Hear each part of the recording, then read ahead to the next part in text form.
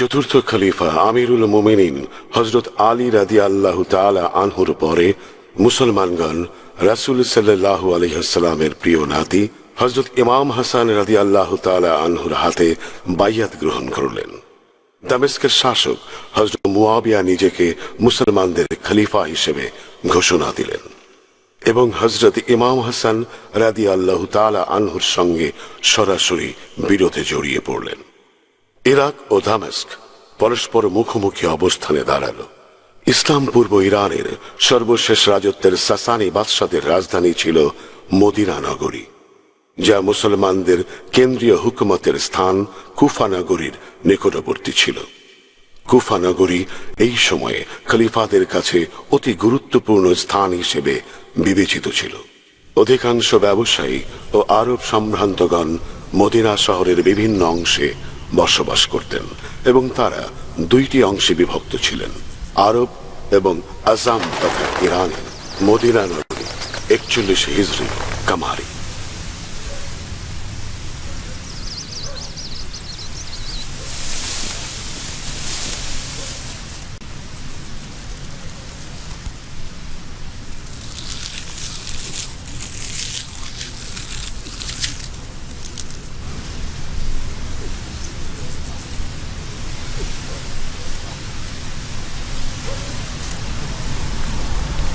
আলহামদুলিল্লাহ।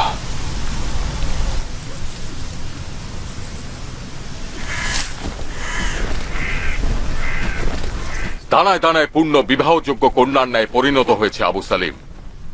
দেখো কিভাবে হেলছে দুলছে, নিজেদের দিকে আকৃষ্ট করছে। নিপুণ কাজ করেছো। নিঃসন্দেহে এই পরিশ্রমের কাজ স্বর্ণের চেয়ে মূল্যবান। পানি হালাল, জমিন হালাল, বীজ হালাল, মালিক সৎ, প্রজারা খুশি, আল্লাহ তাআলা কাজী। এখন অবশ্যই স্বর্ণ ঘরে তুলবো মুখতার। কাজেই জলদি ফসল ঘরে তোলো, কেননা সামদেশ থেকে আমরাসের লোভাতো দৃষ্টি পড়তে পারে। আফসোস হবে যদি মুক্ত দানাগুলো জুলুমবাজদের খাদ্যে পরিণত হয়। বিসমিল্লাহ। কৃষক ভাই বোনগণ অপেক্ষায় রয়েছেন। তুমি সবার আগে ফসল কেটে উদ্বোধন করো।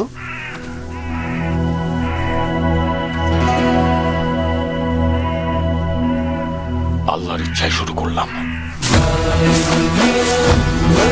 হে আল্লাহ পাক, তোমার অশেষ শুকরিয়ার নেয়ামতের ফলে জন্ম নেয়া এই মুক্ত দানাগুলো থেকে এক মুঠো পাখিদের জন্য, এক মুঠো বন বাদারের সাপ বিচ্ছুর জন্য, এক মুঠো তৃণভোজী জীবজন্তুর জন্য, এক মুঠো যাযাবর মুসাফিরের জন্য শুভ নিয়তে দান করা হবে। বদনজর আর কৃপণ ধূর্তবাজদের হাত থেকে নাজাতের জন্য, কেননা আল্লাহর রহমতে চিটাহীন পুষ্ট গম উৎপাদিত হয়েছে। এক লোকমা হালাল গম ঘরে তুলব, যা আমাদের রুটি ও লবণকে হালাল করেছে। এছাড়া গরিব দুস্থ লোকদের জাকাত ফিতরা দেব। অসহায় বৃদ্ধদের প্রয়োজনীয় খাবারও বিতরণ করা হবে। এই স্বর্ণালী শীষগুলোতে অধিক পরিমাণ বরকত দান করুন হে রহমানুর রাহিম, হে আল্লাহ, হে খোদা।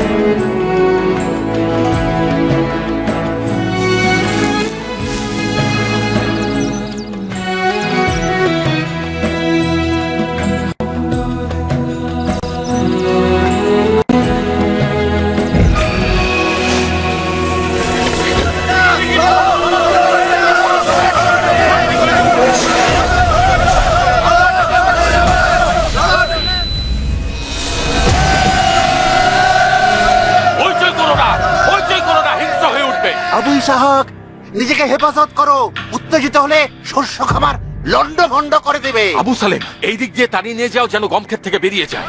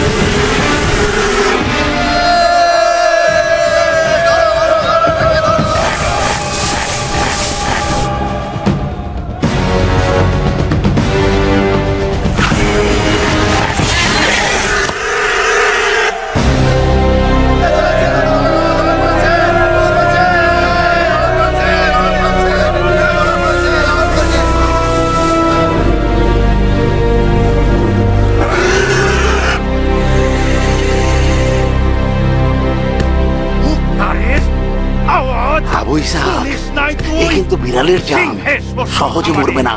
সাবধান সাবধান।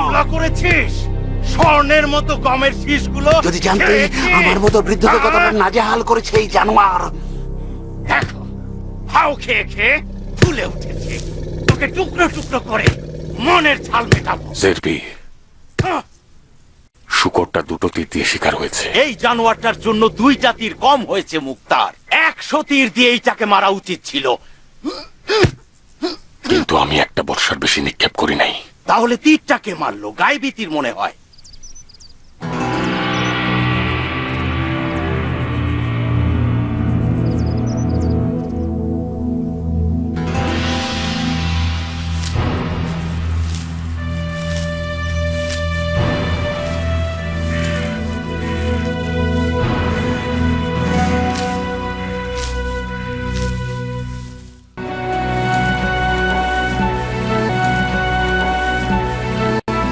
স্বাগতম পালোয়ানকে, যে কিনা তলোয়ার বাদ দিয়ে কোদাল হাতে তুলে নিয়েছে। তোমরা কেল্লা চাও না কৃষক? কেন? ওই কাকগুলোকে দেখো। এই শস্য খামারে কোনো কাকতারুয়া নেই। যদি এই শস্য খামারের কাকতারুয়া হও তবে অনেক বড় অঙ্কের পুরস্কার পাবে। যে কিনা লৌহ নির্মিত পোশাক, শিরস্থান ও তলোয়ারকে তাকাচি কোদালের বিনিময়ে বিক্রি করে, সে নিশ্চিতভাবেই বীরত্বের গৌরবকে কৃষকের সৌভাগ্যের সাথে লেনদেন করে। একজন যোদ্ধাকে কাকতারুয়ার সঙ্গে মেলানো বেইনসাফি মনে হয় মুখতার। খোশামদিদ, যোদ্ধা ও জিহাদি পুরুষ। তুমিও খুশি থাকো বন্ধু আমার। শিকারের ময়দানে মুক্তার শুধুমাত্র একজন বিশ্বস্ত বন্ধু পায়, সে হচ্ছে কিয়ান। ক্লান্তি দূর হোক প্রিয় ইরানে বন্ধু। তুমিও ভালো থাকো প্রিয় আরব বন্ধু। জানো তোমার জন্য কতটা অস্থির ছিলাম। ওহে অস্থির চিত্ত বন্ধু আমার, সবকিছু তোমার সুস্থ থাকুক।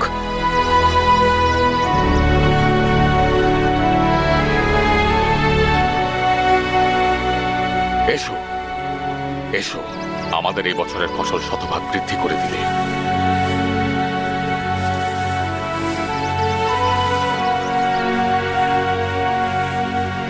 এ খোদার বান্দারা, এটা খাওয়া হারাম। ওহে মুসলমান, এটা হারাম। কেন হারাম হবে? কুকুর খাওয়া যে কারণে মুসলমানদের জন্য হারাম, যদি এই শুকরটার জায়গায় একটা কুকুর থাকতো তারপরও কি কেউ এটা খাওয়ার লোভ করতো? কুকুরের মাংস কই আর শুকরই বা কই? এই জন্তুটি গম ছাড়া আর কোনো কিছুই খায়নি। একেবারে গৃহপালিত ভাড়ার মতোই পালিত হয়েছে। এর চামড়া ও মাংসের অনেক গুণাগুণ রয়েছে। কেমন গুণাগুণ বলতো শুনি? চামড়া গরম করে পায়ে সেক দিলে বাতের ব্যথা কমে। এর মাংস যৌন শক্তি বৃদ্ধি করে। তুই কি আসলেই মুসলমান হয়েছিস নাকি এখনো কাফেরই রয়ে গেছিস? এই লোকটা আমাকে পাগল বানিয়ে দিল আবু ইসহাক। পেটে তেল মালিশ করা শুরু করে দিয়েছে। এই শুকরটা দিয়ে কাবাব বানাবে। যতই কোরআন হাদিস থেকে দলিল দিচ্ছি কিছুতেই শুনছে না। বাবা, আমাদের চোখ আলোকিত করা কিয়ান পালোয়ান দেখছি। খোশামদিদ বীর যোদ্ধা। নাখোশ হয়েও না জেরবি, আল্লাহ তো আছেন। দীর্ঘজীবী হও। জ্ঞান জান, তুমি এই জাতিকে উদ্ধার করো তো। শূকরের মাংস হালাল নাকি হারাম? কুবাদ, শুকুরের মাংস খাওয়ার যেমন উপকার আছে, আবার লোকসানও কিন্তু আছে, সেটা জানো তো নাকি? কি লোকসান পালোয়ান? পেটে কৃমি পোকা বেড়ে যাবে, কৃমির চুলকানিতে নাজেহাল হবে, সারাক্ষণ পেট মোচড়াবে। সত্য নাকি? চাইলে পরীক্ষা করে দেখতে পারো। না পালোয়ান, পেট মোচড়ানো বড়ই লজ্জার ব্যাপার, কুকুরদের দিয়ে দিব।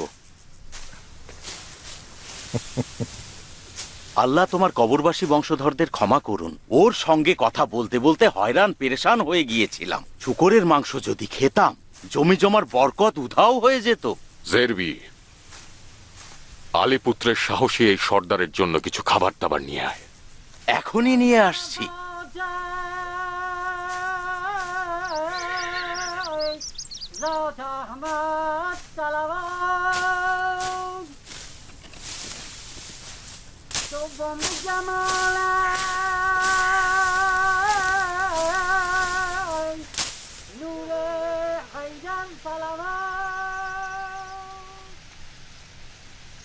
বিসমিল্লাহ।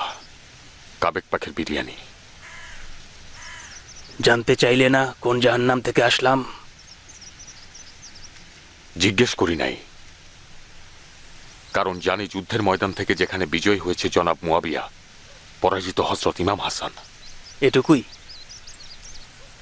হ্যাঁ, এটুকুই।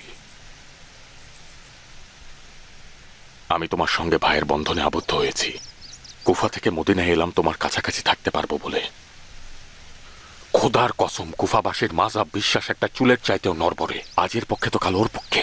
যেদিন যুদ্ধের লেবাস দেহে জড়ালে আর যুদ্ধের ময়দানে ছুটে গেলে সমস্ত শরীর সেদিন কেঁপে উঠেছিল। ওই দিন তোমার দেহ থেকে মৃত্যুর ঘ্রাণ আসছিল কিয়ান। তোমার অনুপস্থিতিতে 1000 বার দোয়া করতাম যেন তুমি ফিরে আসো। আল্লাহ শুকরিয়া যে তুমি জিন্দা আছো। তুমি কি তোমার ভাইয়ের হৃদয়ের রক্তক্ষরণ দেখতে পাও না? জিজ্ঞেস করবে না ইমাম হাসানকে আমি সেখানে কেমন দেখে আসলাম? তুমি গিয়েছো, দেখেছো, আমি না গিয়েই দেখেছি কিয়ান। দেখনি মুখতার? খোদার কসম, হযরত ইমাম হাসানের একাকিত্ব আর অসহায়ত্ব দেখলে না কুফাবাসী গনিমতের লোভে তার তাবু উপড়ে ফেললো, তার পায়ের নিচ থেকে জায়নামাজ পর্যন্ত লুট করে নিল। কিয়ান, আমি তার পিতা হযরত আলীর অসহায়ত্ব দেখেছি, যখন কুফাবাসী শামশিদারা তার তাবু উপড়ে ফেলেছিল এবং তাকে হত্যা করার ইচ্ছা পোষণ করেছিল। তুমি আমাদের ইরাকি আরবদের চেনো না কিয়ান? হযরত আলীর দুশমনরা জাহেলি কুফাবাসীর উপরে সওয়ার হয়েছে। তারা এই খেলাকে সিফিন পর্যন্ত টেনে নিয়েছিল। ইরাক বিজয়ী হয়েছিল যেদিন আমরো আসপর্শার মাথায় কোরআন ঝুলিয়েছিল। গত রাতে মদিনা শহরে খারেজিদের একজনের খঞ্জরে ইমাম হাসানের পা জখম হয়েছে। মুখতার, খঞ্জরের গায়ে বিষ মেশানো থাকতে পারে। ইমাম হাসান এখন বিপদে রয়েছেন। হে সবুরের মহা অধিপতি, এই বরকতের কসম খেয়ে বলছি, জানতাম শেষ পর্যন্ত এই কুকর্ম কুফার ভণ্ড লস্করদের কাজ। ইমামকে কুফায় নিয়েছো নাকি সাবাত এলাকায় রয়েছে? তিনি নিজে নসিহত করেছিলেন মদিনার শ্বেত প্রাসাদে নিয়ে যাওয়ার। তিনি বলেছিলেন, আমাকে সাঈদ ইবনে মাসুদ সাকাফির নিকট পৌঁছে দাও, যেখানে নিরাপত্তা রয়েছে এবং আমাদের কোনো খেয়ানত করবে না।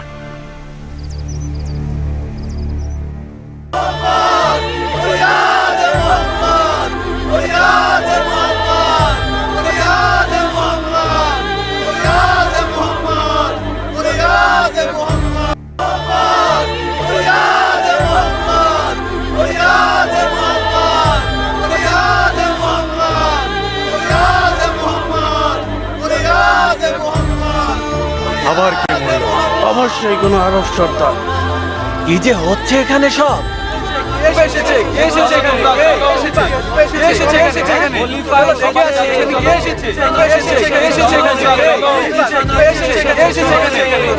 ও তো খলিফা।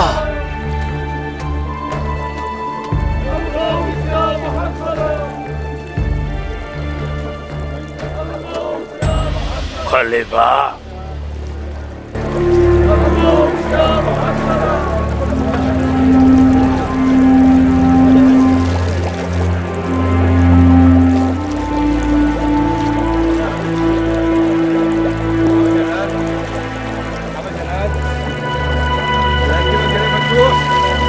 আরবরা খলিফা কতলকে তাদের ঐতিহ্য বানিয়ে ফেলেছে।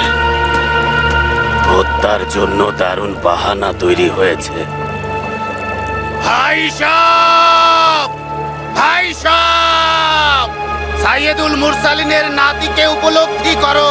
মদিনাকে হযরত আলীর দুশমনদের বিরুদ্ধে জাগিয়ে তোলো। ফরিয়াদ হে মুহাম্মদ, ফরিয়াদ হে মুহাম্মদ, ফরিয়াদ হে মুহাম্মদ,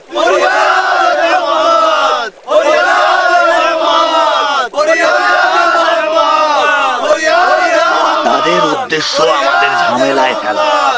গাফিলতি করলে এই রঙের কারিগররা মদিনাকে ধ্বংস করে দেবে।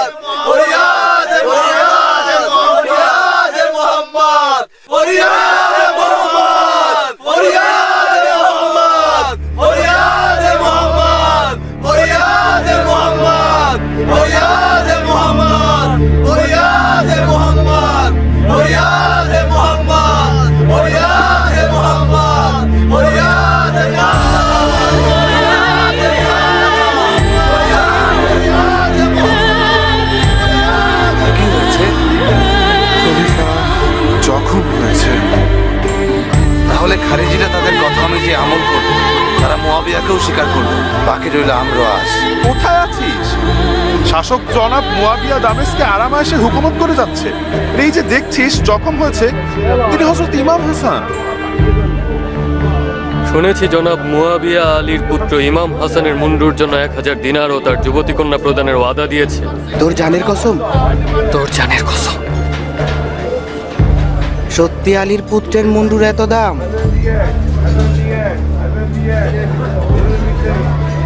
খলিফাকে কেন কুফায় নিয়ে যাওয়া হয়নি? কি জানি ভাই, সম্ভবত মদিনা কুফার চেয়ে বেশি নিরাপদ। যাই হোক না কেন, মদিনায় পারস্যদের গোত্র কুফার চাইতে শতগুণ বেশি।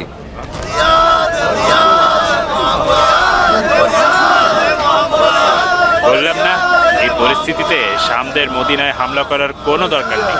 আগামীকাল থেকে আরব ও আজাম মদিনায় নিজেদের রক্ত ঝরাবে। আফসোস, আমাদের বাজার কেবলই চাঙা হয়ে উঠছিল।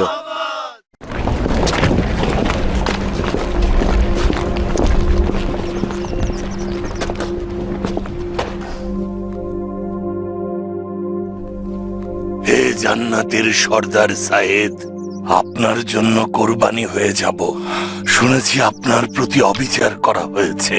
শুনেছি সর্দাররা মুয়াবিয়া স্বর্ণ মুদ্রার কাছে নথি স্বীকার করেছে, খেয়ানত করেছে। ওদের চেহারা কৃষ্ণকায় হোক। সাইদ ইবনে মাসউদ সাকাফি, প্রিয় ইমাম, মদিনার হাকিম, শুকরিয়া জানাচ্ছি এই অধম ব্যক্তিকে মেজবান হওয়ার ফুসরত দিয়েছেন। মদিনার শ্বেত প্রাসাদে আপনার বরকতময় চরণ ধুলি দিন। ইমামের যথেষ্ট রক্তক্ষরণ হয়েছে আমির। ভয় পাচ্ছি এই ভেবে যে ওই ইতরের খঞ্জরে বিষ মাখানো থাকতে পারে। একজন হেকিমের খুব বেশি প্রয়োজন। সময় থাকতে থাকতে একটা উপায় খুঁজে বের করুন। হেকিম ও বিছানা সব হাজির হয়েছে সর্দার, নিয়ে এসো।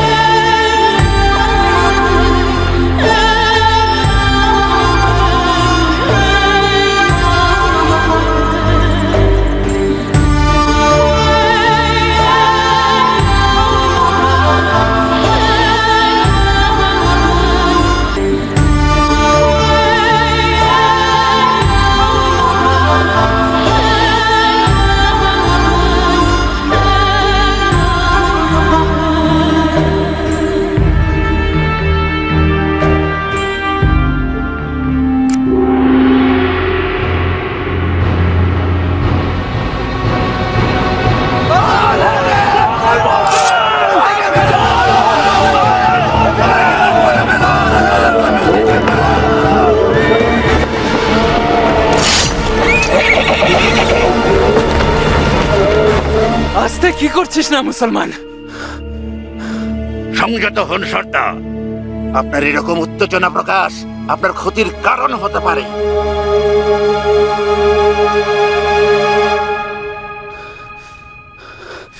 আমি আপনার কাছে ক্ষমা চাইছি হেকিম। আমার নিজের হাতে ছিল না। ক্ষণিকের জন্য আপনার জায়গায় ওই বেঈমানের আঘাত দেখছিলাম। আপনি ক্লান্ত এবং মতিভ্রমে রয়েছেন সর্দার। অবশ্য আপনার হক রয়েছে। কিছুক্ষণ বিশ্রাম করার সুপারিশ করছি, আর কিছুটা ভরসাও রাখুন। আল্লাহ রব্বুল আলামিন যা চান তাই হবে। জি জি জি।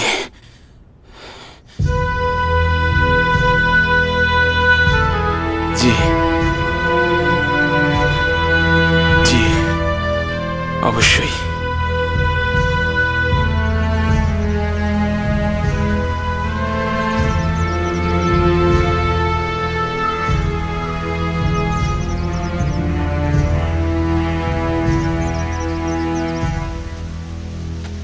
তুমি এখানে কেন এসেছো কিয়ান?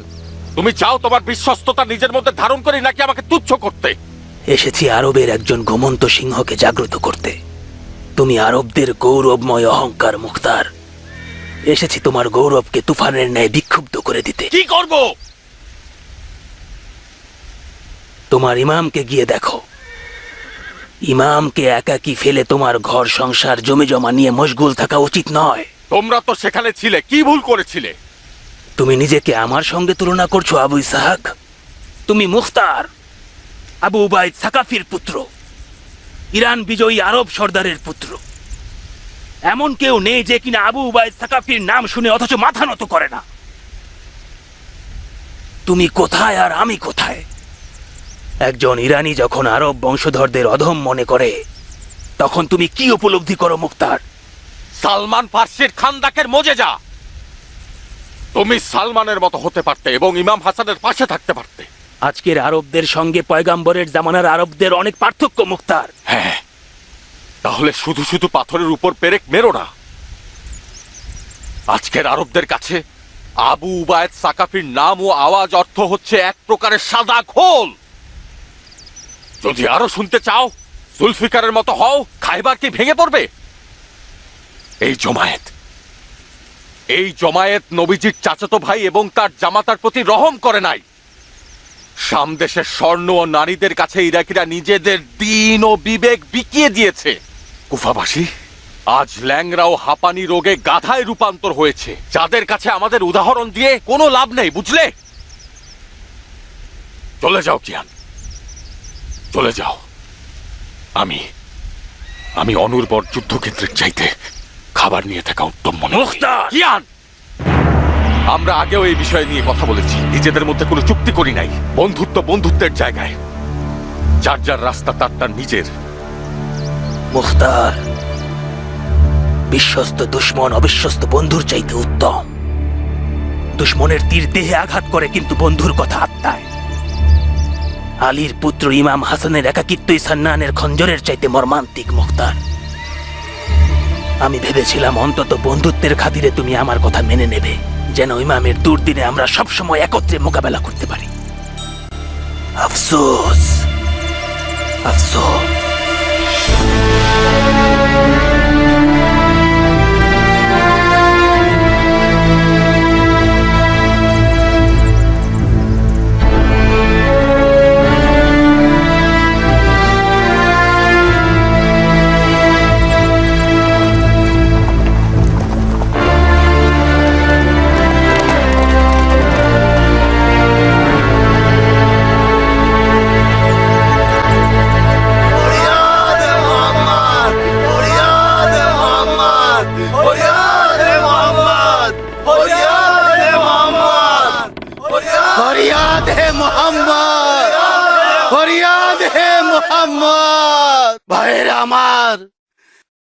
ভাইরা আমার, কোথায় দন্ত শহীদ হওয়া প্রিয় নবী মুস্তাফা?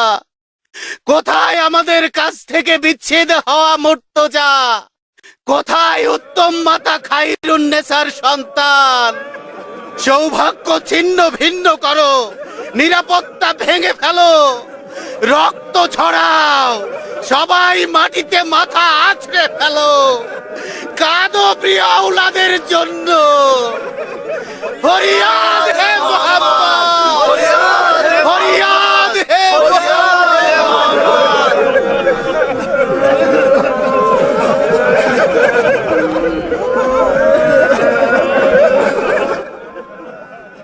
শোনো ভাইয়েরা, শোনো সবাই, শোনো।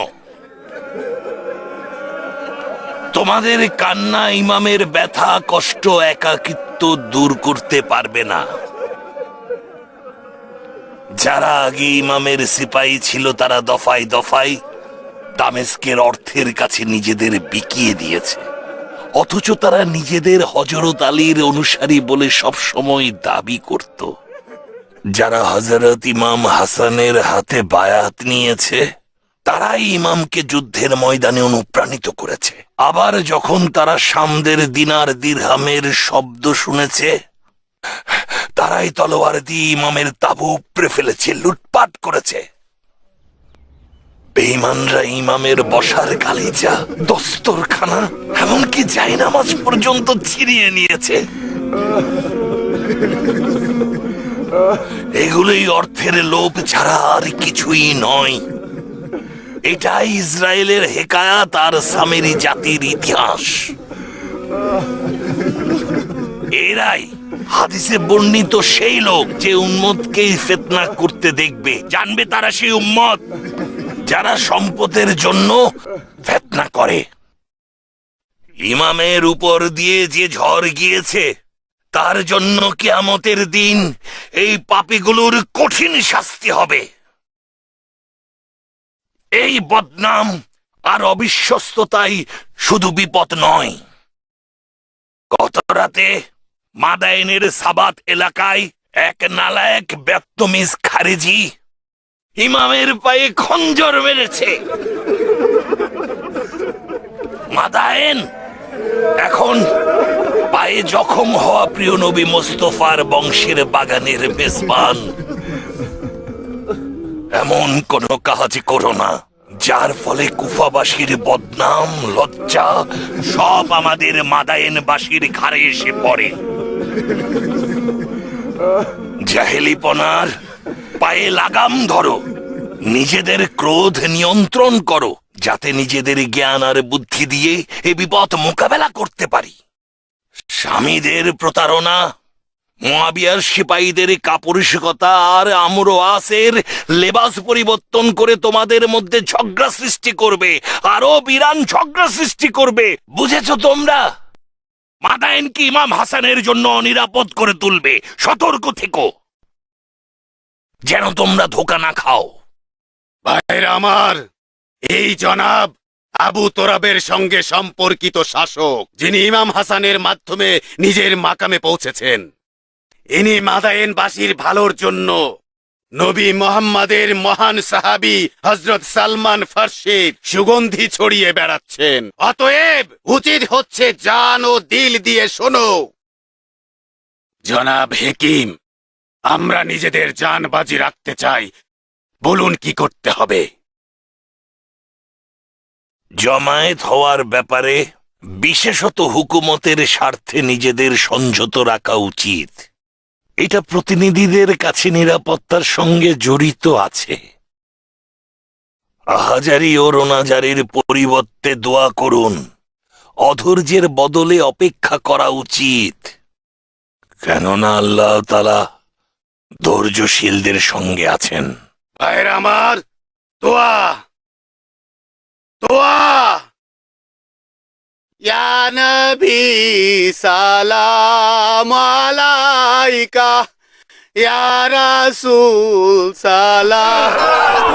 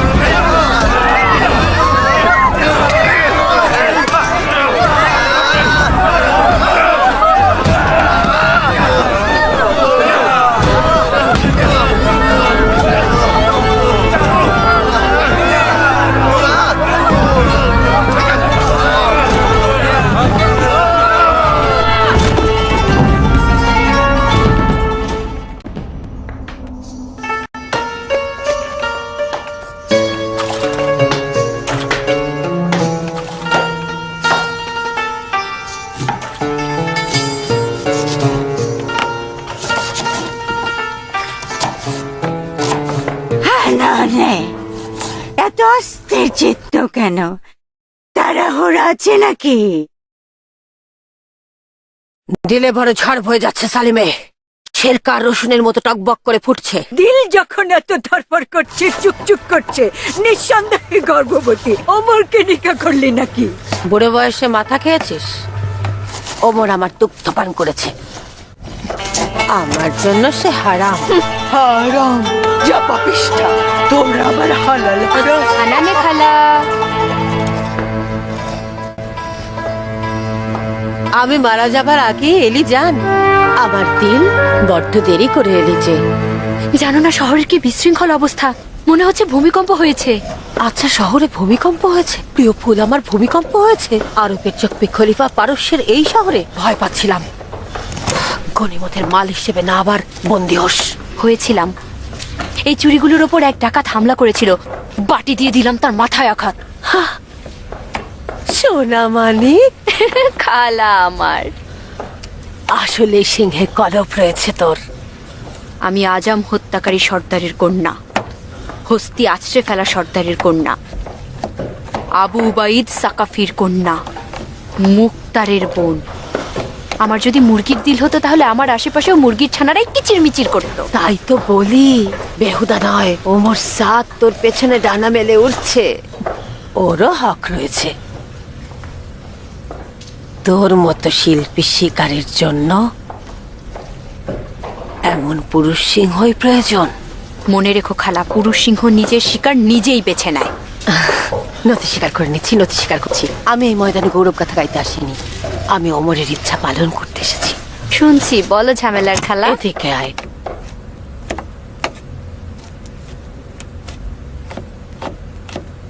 হাসান ইবনে আলীর মুন্ডু পারে তোর ও ওমরের দুজনের ইচ্ছে পূরণ করতে জারিয়ে যান। ওমর ইরাকের হাকিম আর তুই ইরাকের মালেকা হবি।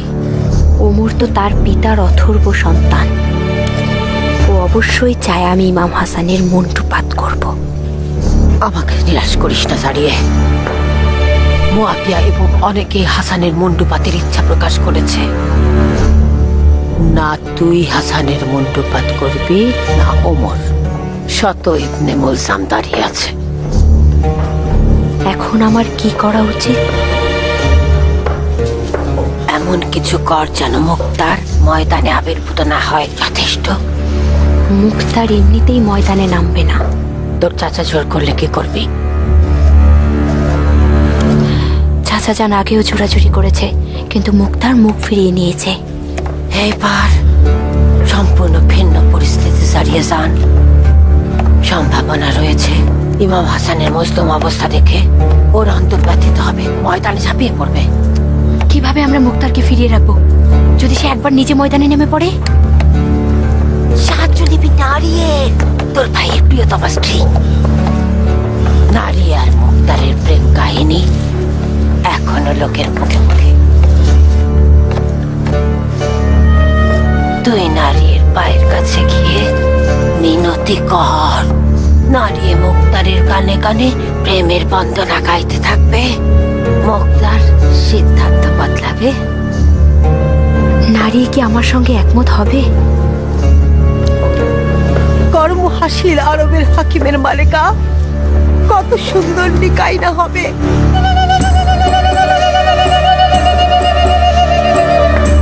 হানানে কাটা ছেঁড়া করলি, সেলাই করলি, নিকাও দিয়ে দিলি। মুবারক জানাই তোকে।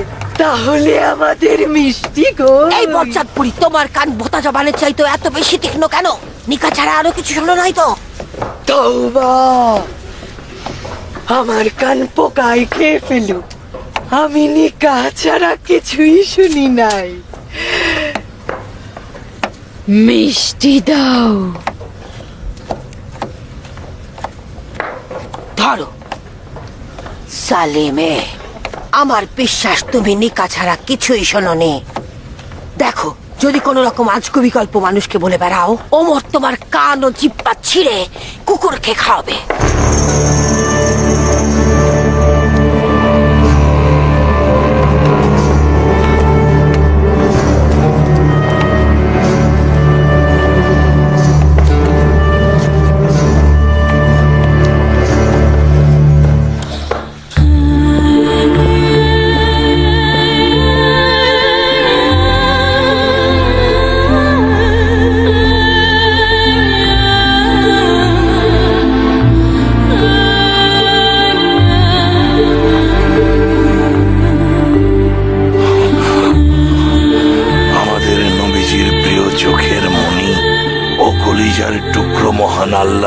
পরে তোমার উপর সোপর্দ হয়েছে হেকিম। যত দ্রুত সম্ভব সুস্থ করো। হে খোদা, প্রিয় পয়গম্বরের কাছে আমাদের লজ্জিত করো না। এলাহি আমিন। তিনি আমাদের এই অঞ্চলের একজন স্বনামধন্য দায়িত্বশীল হেকিম সর্দার। মুজে যা জানেন, তার হাতে জাদু রয়েছে। তিনি দৃঢ় মনোবলের অধিকারী। গোস্তাকে মাফ করবেন আমির। লোকমুখে একটি প্রবাদ চালু রয়েছে যে শামের হুকুমতকারীর নিকট এমন মধু রয়েছে যার মধ্যে বিষ মেশানো থাকতে পারে, যা শরীরে প্রবেশ করলে নিশ্চিত মৃত্যু ডেকে আনে। এই বিষ দ্বারা মালেক আস্তারকে কতল করা হয়েছিল। ইমাম আপনার সততা ও ব্যক্তিত্ব সম্পর্কে অতি উচ্চ ধারণা পোষণ করেন। তার মুখেই শুনেছি আপনি দামেস্কের কোনো প্ররোচনাতে প্রভাবিত হবেন না। আমার সন্দেহ শুধু চারপাশের লোকজনদের নিয়ে। মুয়াবিয়া ইমামের মস্তকের জন্য 1000 দিনার এবং তার একজন কন্যা দেয়ার ওয়াদা করেছে। ভয় পাচ্ছি আমির খোদা না করুক দামেস্কের শাসক মুয়াবিয়ার ওয়াদার লোভ হয়তো এই অঞ্চলেও ছড়িয়ে পড়বে।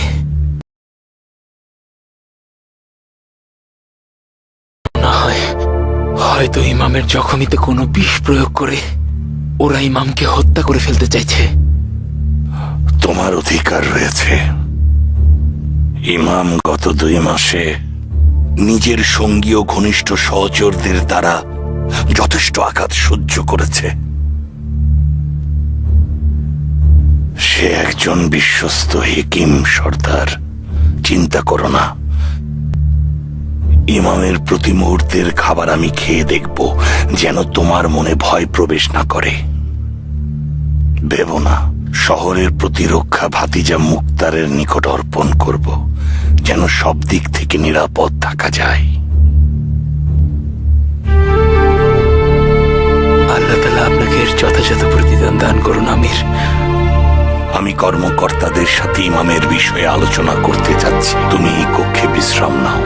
শর্ত হচ্ছে আমার কাজে যেন বাধা না দেয়। কিছু ঘটেছে? একবার আমার মতিভ্রম হয়েছিল। হেকিমকে আঘাতকারী হিসেবে কল্পনা করেছিলাম। তাহলে তোমার এই অবস্থায় তোমাকে দেখাশোনার জন্য রাখতে হবে সর্দার। আমার জন্য চিন্তা করবেন না আমির। কিছুটা বিশ্রাম নিলে নিজেকে নিয়ন্ত্রণ করতে পারবো। এই মতিভ্রম আর হবে না। উফ উফ উফ, আজব জ্বর দেখছি। তোমার পুরো শরীর আগুনের মতো জ্বলছে সর্দার। আমি জ্বলে পুড়ে ছারখার হচ্ছি। এত সব কাপুরুষের মাঝে আমিও কাপুরুষ।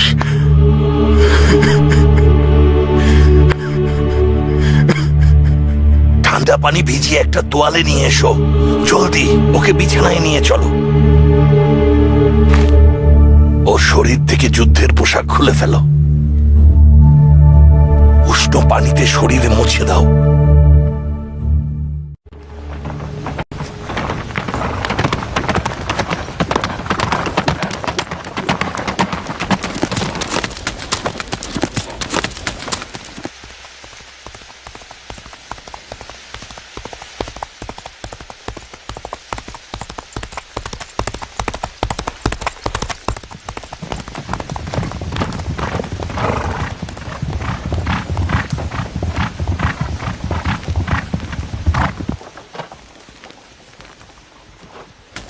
আমি জানতাম তুমি আসবে।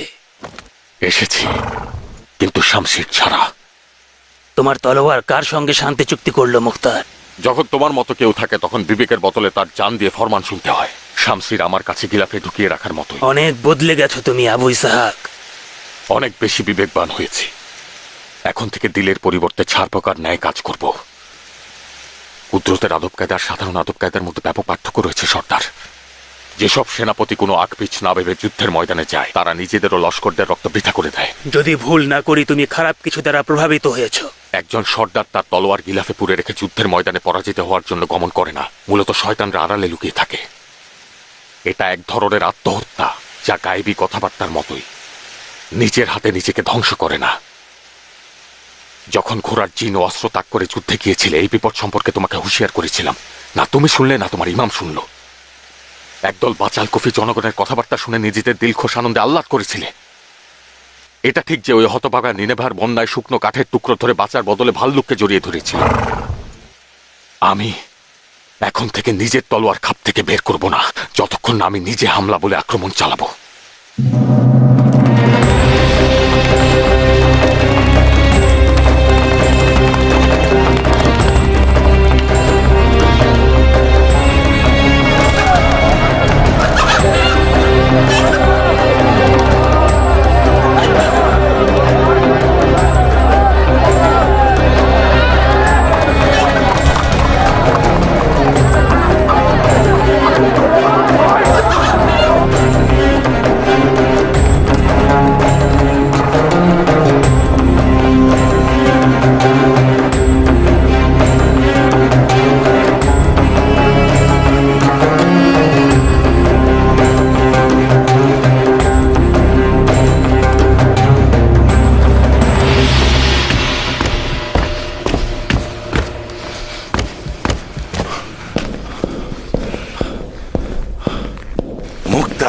বুঝতে পারছিস তুই কোথায়? এখন ফসল তোলার মৌসুম চাচাদান, গম তোলার কাজ করছিলাম। আল্লাহর শুকরিয়া এই বছর প্রচুর ফসল ফলেছে। এটা আমার জন্য একটা জটিল ধাঁধা হয়েছে। এই দিন বিক্রেতাদের বিশৃঙ্খল বাজারে, যেখানে হযরত আলীর অনুসারীরা জীবন মরণের মাঝখানে দাঁড়িয়ে, আর মুক্তার তুই কিনা মেতে আছিস নিজের জমি জমা নিয়ে। হায় হায় হায় কিয়ান, তুই কি ওকে আমাদের হযরত ইমামের জখমির কথা বলেছিস? জি আমির, আশা করি গমে পরিপূর্ণ জমির কথা ভুলে গিয়ে সে এদিকে মনোযোগ দিবে। ইমামের এখন কি অবস্থা আমির? ক্ষত খুবই গভীর কিয়ান। ইমামের উরুর হাড় পর্যন্ত আঘাত পৌঁছে গিয়েছে। আল্লাহর শুকরিয়া, খঞ্জরের মধ্যে বিষ ছিল না। চাচা যান, বেয়াদবি মাফ করবেন। আমার সঙ্গে এমন ভাবে কথা বলছেন যেন আমি কবিরা গুনাহ করে ফেলেছি। হালাল রুটি রুজি খোঁজার পথে জিহাদের চাইতে কোনো অংশেই কম নয়, এবং আল্লাহর কাছে শুকরিয়া আদায় করছি। আল্লাহর কাছে অসংখ্য শুকরিয়া করি যে আমি এসব ভণ্ড মুজাহিদদের সঙ্গে যুদ্ধের ময়দানে যাইনি এবং যাবও না কখনো। হালাল ফসল তালাশ করা অবশ্যই এক ধরনের জিহাদ, কিন্তু সেটা এখন সময় নয়, যখন তোর দিনের মূল শিকড় উপড়ে ফেলার উপক্রম হয়েছে। তুই কি জানিস মুক্তার, ইমাম কেন এই শ্বেত প্রাসাদে এসেছেন? হ্যাঁ জানি। কেন এসেছে? আপনার প্রতি বিশ্বাসের দলিলের কারণে। মারহাবা। এটা কি আমাদের জন্য সম্মানের নয়? ইমামের আত্মিক ও দৈহিক জখমের কথা বিবেচনা করেও তিনি আমাদের প্রতি বিশ্বাস স্থাপন করেছেন এবং আমাদের কাছে আশ্রয় নিয়েছেন। আর বর্তমানে আমরাও নবীজির বংশধরের অংশ। আফসোস হবে না যদি এই যুদ্ধ নিজেদের আত্মীয়কে ফেলে রেখে আমরা নিজেদের স্বার্থের জন্য জমিন ও ফসল ফলানোর বাহানা তৈরি করি। আমার সাহায্য করার মতো কিছু আছে? দুশ্মন থেকে দূরে থাকিস না, ময়দানে নেমে পড়, যুদ্ধের পোশাক পরিধান কর, তোর তলোয়ারের থাবা বসিয়ে দে, চাচার সঙ্গে কাঁধ মেলা, যেন একত্রে খোদার রহমতে শয়তানদের বিরুদ্ধে রুখে দাঁড়াতে পারি। বর্তমানে জাহিলিয়াত দুশ্মনদের বাড়াবাড়ি এমন পর্যায়ে পৌঁছেছে যে তলোয়ার দিয়ে এদের দমন করবো এমন কোনো ক্ষমতা আমার নেই। নিজেই আমাদের নিকট বন্ধুত্বের হাত প্রসারিত করেছে। তার মানে আবারও জিহাদের আদেশ থেকে মুখ ফিরিয়ে নিতে চাইছিস? আর এটা ওই সময় যখন ইমাম নিজেই আমাদের নিকট বন্ধুত্বের হাত প্রসারিত করেছেন। চাচা যান, আমি 13 বছরের বালক ছিলাম যখন আমার পিতা কতল হয়। আপনি আমার অভিভাবকত্ব গ্রহণ করেছিলেন, অতএব পিতার অধিকার রয়েছে। আদব কায়দা আমাকে বলে যে আপনি যা ফরমান দিবেন আমার উচিত শ্রবণ করা ও পালন করা। কিন্তু আমি আশাবাদী আপনি আমার সঙ্গে বুঝদারের মতো দলিল নিয়ে কথা বলবেন। আমি 40 বছরের একজন পুরুষ, যে বালক বয়সে তলোয়ারের দ্বারা বাইয়াত গ্রহণ করেছে। তার জন্য যুদ্ধের ময়দান ত্যাগ করা লজ্জার ব্যাপার, কিন্তু যুদ্ধেরও কিছু নিয়ম নীতি রয়েছে। পাল্লা পরিমাণ স্বর্ণ অর্থাৎ বেশি শক্তি দ্বারা নয়। গোমরাহ কারিগণ আজ স্বর্ণের অধিকারে। চাচা যান, চাচা যান।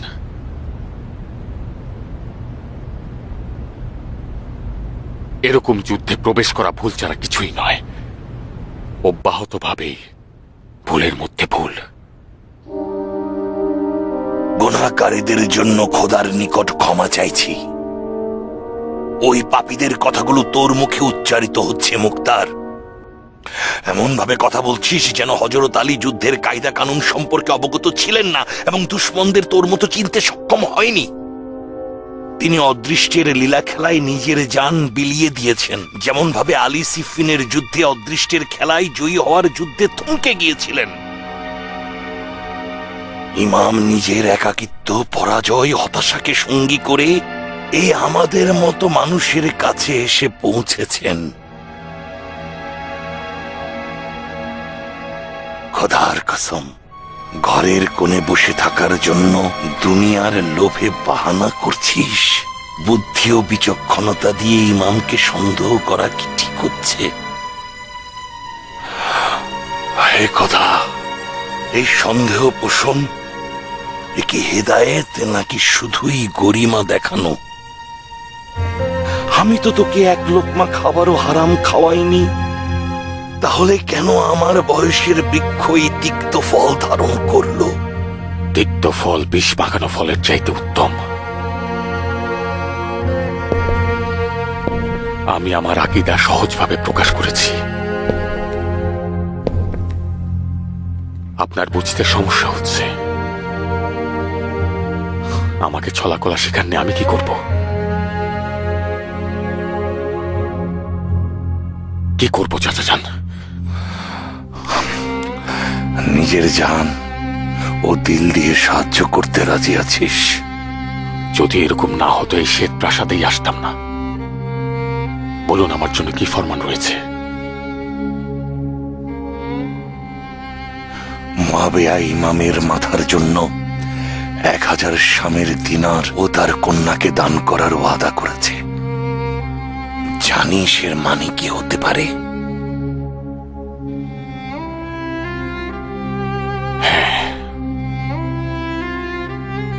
আর এই লোভনীয় প্রস্তাবে অনেকেই নিজেকে ওদের কাছে সঁপে দিবে। তার মানে ইমাম নিরাপত্তাহীনতায় রয়েছেন। আজ থেকে আমি এই শ্বেত প্রাসাদের হেফাজতকারী হিসেবে রয়েছি। যে কেউ দামেস্কের চর হয়ে আসতে পারে, কিন্তু কিভাবে দুশমনদের ভিড়ে ইমামের জানের নিরাপত্তা বিধান করতে পারবেন আপনি? আমাদের কাঁধে কঠিন দায়িত্ব রয়েছে। একসাথে থাকলে আমাদের দুর্বল করা সহজ হবে না। আমি তোর থেকে বিশ্বস্ত কাউকে চিনি না। তুই এমন কিছু কর যেন আখিরাতে হযরতের নিকট লজ্জিত হতে না হয়।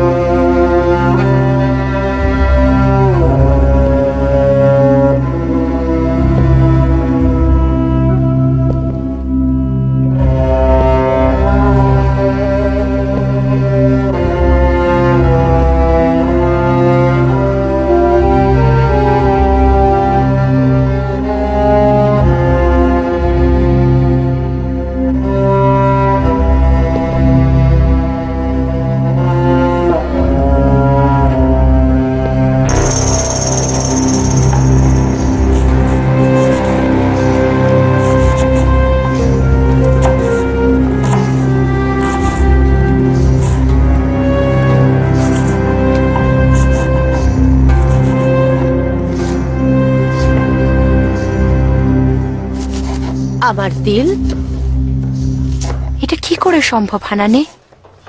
মুক্তার এমন কিছু করতে চাইছে যেখানে একটা হাতিও প্রবেশ করতে পারবে না। তাহলে কি প্রেমের ফলাফল বরবাদ হয়ে গেল? প্রেম একমাত্র শিল্প যা তারা মুক্তারের মতো আসমানের সিংহকে জমিনে বন্দি রাখা যায়। নারীর চোখের জাদু ওর সবকিছু শেষ করে দিচ্ছে না তো? নারী শিল্পহীন নারী নয় জারিয়ে, ওর প্রহরীও কম ছিল না। একজন আমি নিজেই, এখনো প্রতিনিয়ত তারির সারা গুণে আমি জ্বলে পড়ে মরছি। সত্যি? তুমিও মুক্তারের আশিক ছিলে খালা? মুক্তারের মতো সাহসী বীর, আরবের কালো টলমল চোখের অধিকারী লস্কর কন্যাদের স্বপ্নের পুরুষ। যাও দাঁড়িয়ে, সময় খুব কম। দাঁড়িয়েকে বলো, মুক্তারের পায়ে বেরি পড়াতে না পারলে সে তাকে হারিয়ে ফেলবে।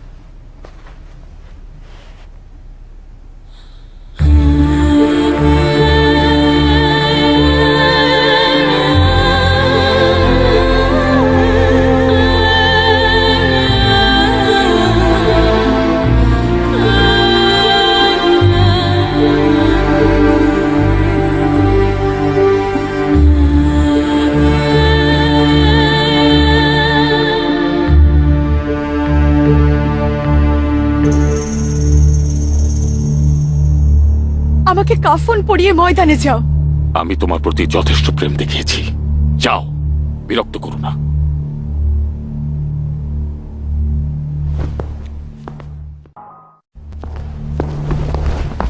কি হয়েছে নারিয়ে? তুই তো দরজার ওপাশ থেকে সবই শুনলি কুটনি, নিজ কানেই তো শুনলি। তার প্রেম এখন যুদ্ধের ময়দানে। ছি, তোর কবরবাসীর উপরে থুথু নাড়িয়ে। পিতা আমার কবরেও যেন পয়গম্বরের ক্রোধের শিকার না হন। কেন কবরের কথা বলছিস নারিয়ে? কবরের কথা বলছি না জড়িয়ে, দিল আমার রক্তাক্ত। আমি যদি সামারি ইবনে জন্দবের কন্যা না হতাম, তীক্ষ্ণ চোখ দ্বারা মুখতারের জবান টেনে ছিঁড়ে ফেলতাম। তুই তো এখনো পারিস। হবে না জড়িয়ে, তোর চাচাজান এসে যখন প্ররোচনা দেবে, ঠিকই সে ময়দানে যাবে।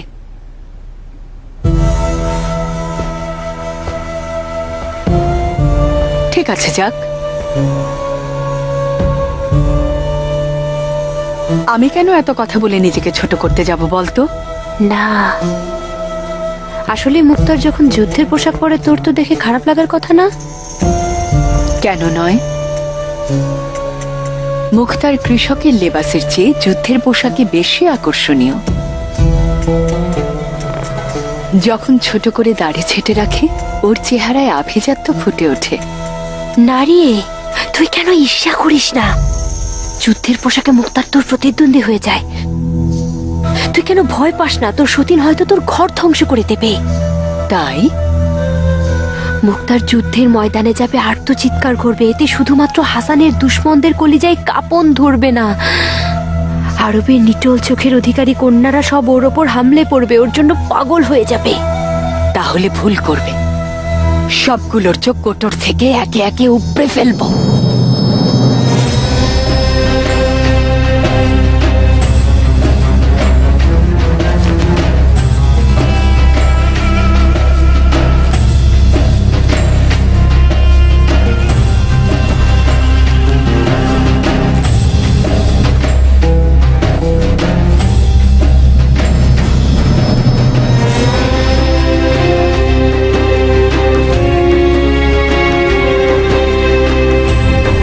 জানো, ইরানি রূপকথায় রুস্তম নামে এক পালোয়ান রয়েছে মুখতার, যে কিনা সমস্ত ভয়ঙ্কর জিন দৈত্যদের ধ্বংস করে দিত। উদ্দেশ্য কি? তোমাকে রুস্তমের মতোই লাগছে।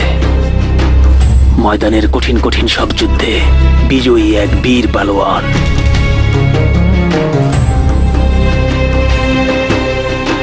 আমি সবসময় রুস্তমকে তোমার মতো কল্পনা করি মুখতার। কিয়াল, আমি মুখতার নিজের মতোই।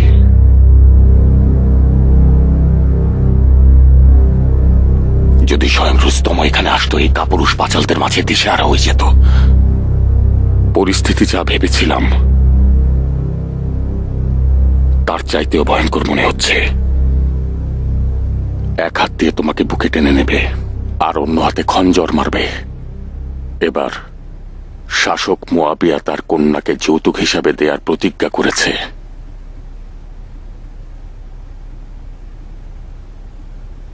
শুধুমাত্র খোদা তাআলা পারেন মুজতাবাকে এই বিপদ থেকে রক্ষা করতে।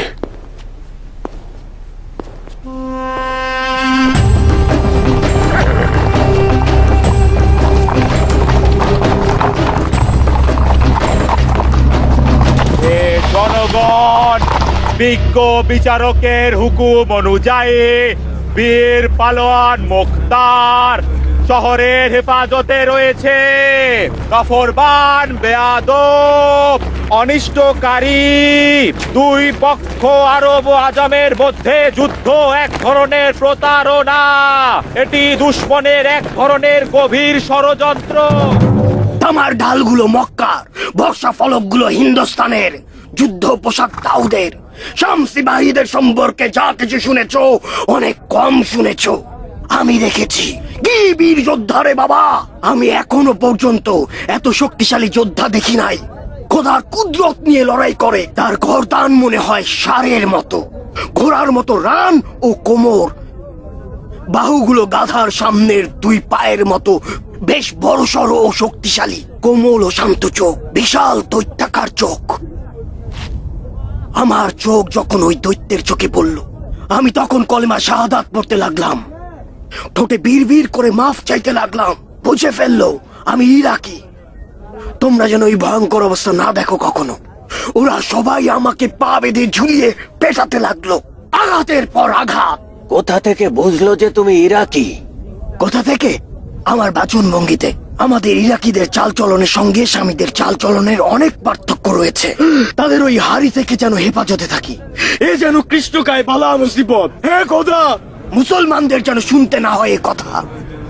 একই মায়ের দুগ্ধ পানকারী কেউ গর্ভবতী হয়নি। শামের লস্করদের ভয় বিবেক বুদ্ধি সব গেছে। হাড়িগুলোর সঙ্গে গর্ভবতী নারীর কি সম্পর্ক? এই যে কোনো মুসলমান বাচ্চা হত্যার কারণ হতে চাই না আমি। যদি গর্ভবতী নারী শোনে যে সামদের হাড়ির মধ্যে কি দেখে এসেছি আমি, ভয়ে বাচ্চা প্রসব করে দেবে মুসলমান। তোমার এই ভয়ঙ্কর কথা আমাদের ভয় পাইয়ে দিচ্ছে। এখন বলো, কি এমন জিনিস দেখেছো হাড়িগুলোর মধ্যে? বিষাগুলো সব বিশাল আকার, হাড়ির মধ্যে রেখে 1000 উটের উপর বোঝাই করেছে, যেগুলো সব ওদের পোষ মানানো বিছা। কামানের গোলা ফেলার বদলে ওগুলোকে বাড়িগুলোতে নিক্ষেপ করা হবে।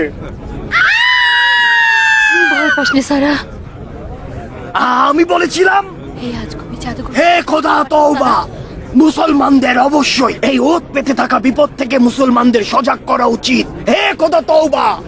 এটা আজগুবি মিথ্যা গাঁজাখুরি গল্প। এসব বলে আমাদের ভয় দেখাতে চাইছে। হে খোদা, শামের এই দজ্জালের কাছ থেকে আমাদেরকে রক্ষা করো। এতগুলি বিষাক্ত বিছা হাড়ির মধ্যে ভরে রাখা সম্ভব?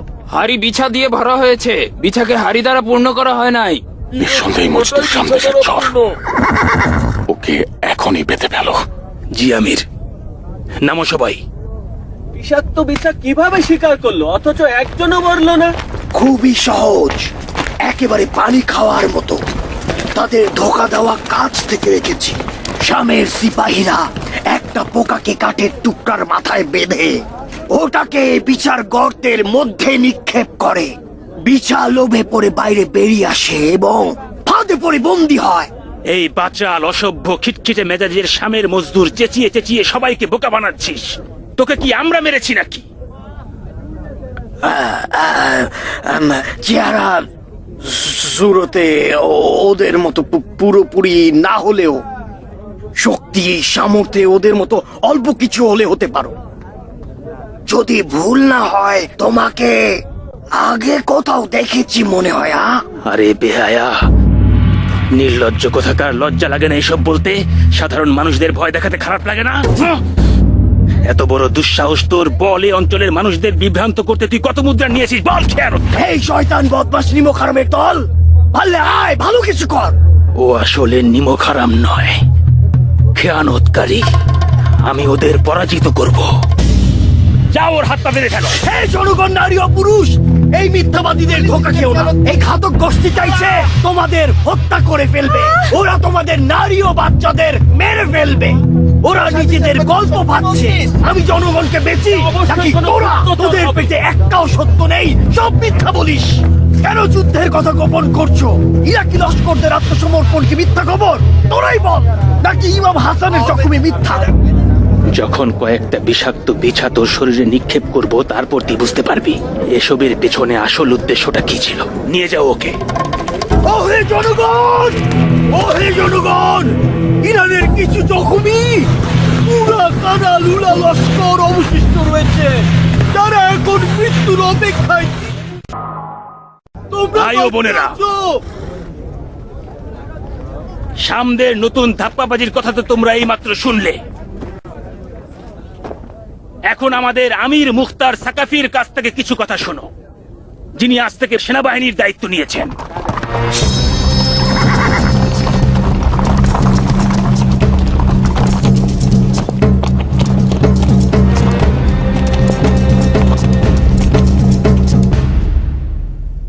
ভেবেছিলাম মুয়াবিয়া ইরাকের দিনদার শক্তিশালী যোদ্ধাদের জন্য স্বর্ণ মুদ্রা উজাড় করে, কিন্তু এই পাগলের প্রলাপ সেই ধারণাকে ভুল প্রমাণ করে। হাড়ি ভর্তি বিষাক্ত বিছা। এ তো সেই সিফিন যুদ্ধের মতো প্রতারণা, যারা বর্ষা ফলকে ঝুলিয়ে রেখেছিল কোরআন শরীফকে। পরিস্থিতি হচ্ছে ইরাকি আরবরা সব সময় যুদ্ধের ময়দানে দুশ্মনদের বিরুদ্ধে লড়াই করছিল এবং করবে। সামরা যদি প্রকৃত যোদ্ধাই হতো, কাপুরুষের মতো হাস্যকর বিচার গল্প ভাবত না। তারা তোমাদের মূর্খ মনে করে মিথ্যা গল্প বানাচ্ছে, আর তোমরা সবাই সেটা বিশ্বাস করছো। আমাদের সতর্ক থাকতে হবে। এর আগেও ইরাকের সৈন্যরা যুদ্ধের ময়দানে নামার পর স্বর্ণ মুদ্রার বিনিময়ে মুয়াবিয়ার কাছে নিজেদের বিক্রি করেছে।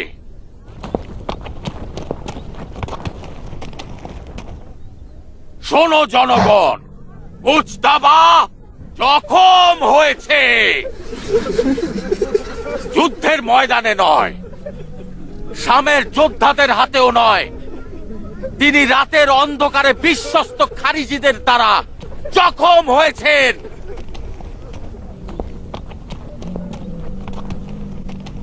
আজ আমাদের শহর পয়গম্বরের নাতি অতিথি হয়েছেন।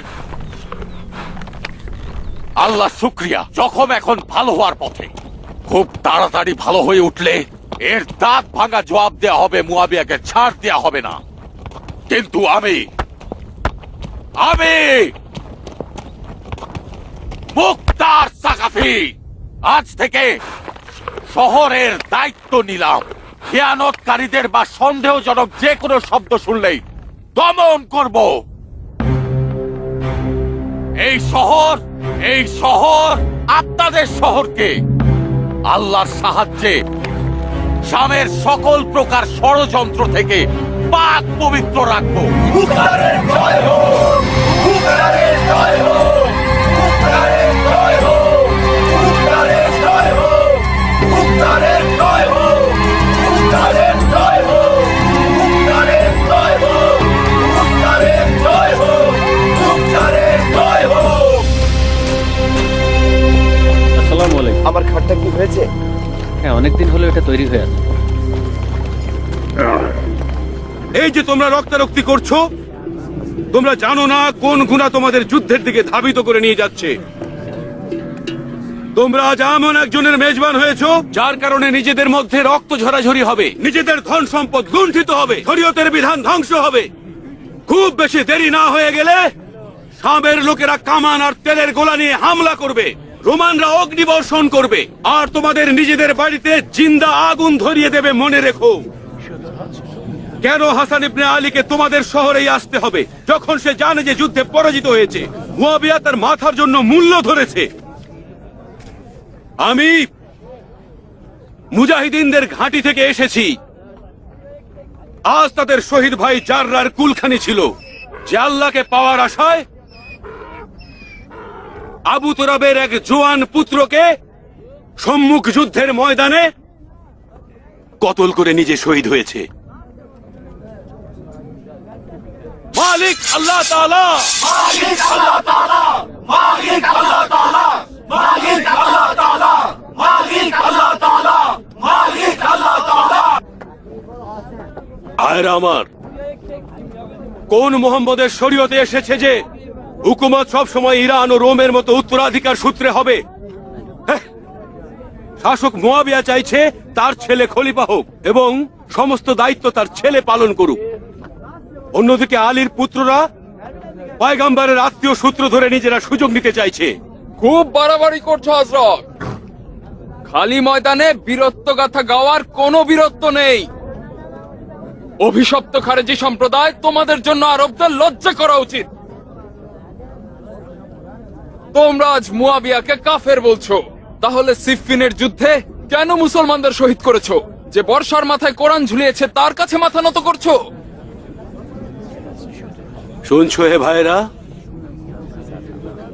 ওরা অপবাদ দিচ্ছে যে আমরা দিন থেকে খারেজ হয়ে গিয়েছি, যদিও আমরা আহমদের শরীয়তের সবচাইতে বিশ্বস্ত উম্মত। আমাদের গতকাল ও আজকের কথা একই। না মুয়াবিয়া, না আলী, না তাদের পুত্রদ্বয়। যতক্ষণ পর্যন্ত টানাটানি চলবে ততক্ষণ পর্যন্ত রক্তপাত বন্ধ হবে না। মুসলমানদের সবকিছু জমিনে ধূলিসাৎ হয়ে যাবে এবং ফিতনা ফাসাদ বৃদ্ধি পাবে। খোদার কসম, মুয়াবিয়া ও আলীর অনুসারীদের দমনে জিহাদের চেয়ে উত্তম ফজিলত নেই। মালিক আল্লাহ তাআলা, মালিক আল্লাহ তাআলা, মালিক আল্লাহ তাআলা, মালিক আল্লাহ তাআলা, মালিক আল্লাহ তাআলা, মালিক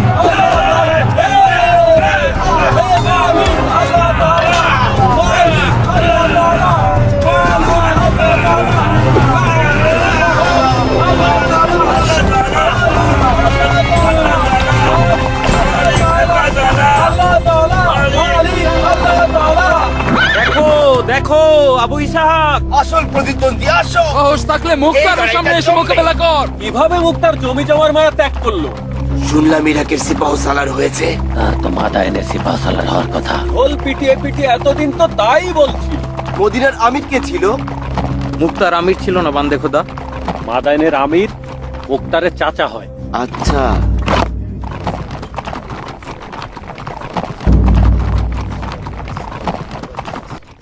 বড়ই আজব ব্যাপার, অন্ধ ইঁদুরগুলি দিনের আলোয় ময়দানে নেমেছে।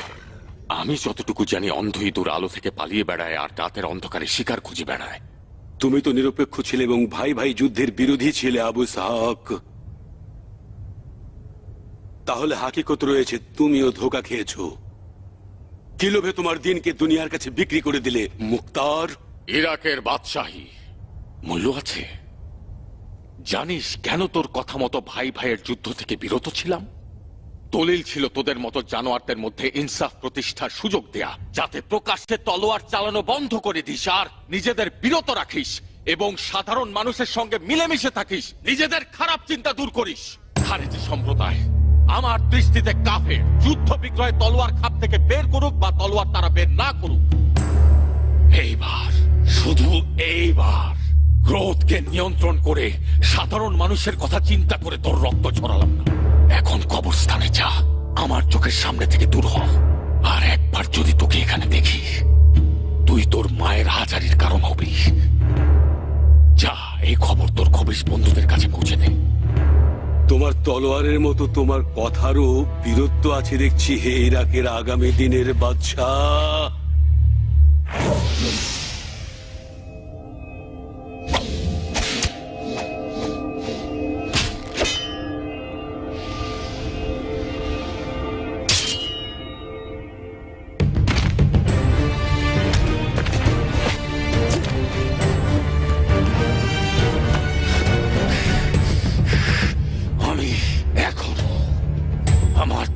দিয়ে কুকুর হত্যা করিনি।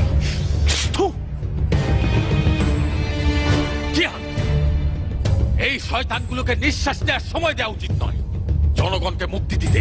আর দেরি না করে সবগুলোকে প্রাসাদের হাজতে ঢুকাও। অবশ্যই আমি।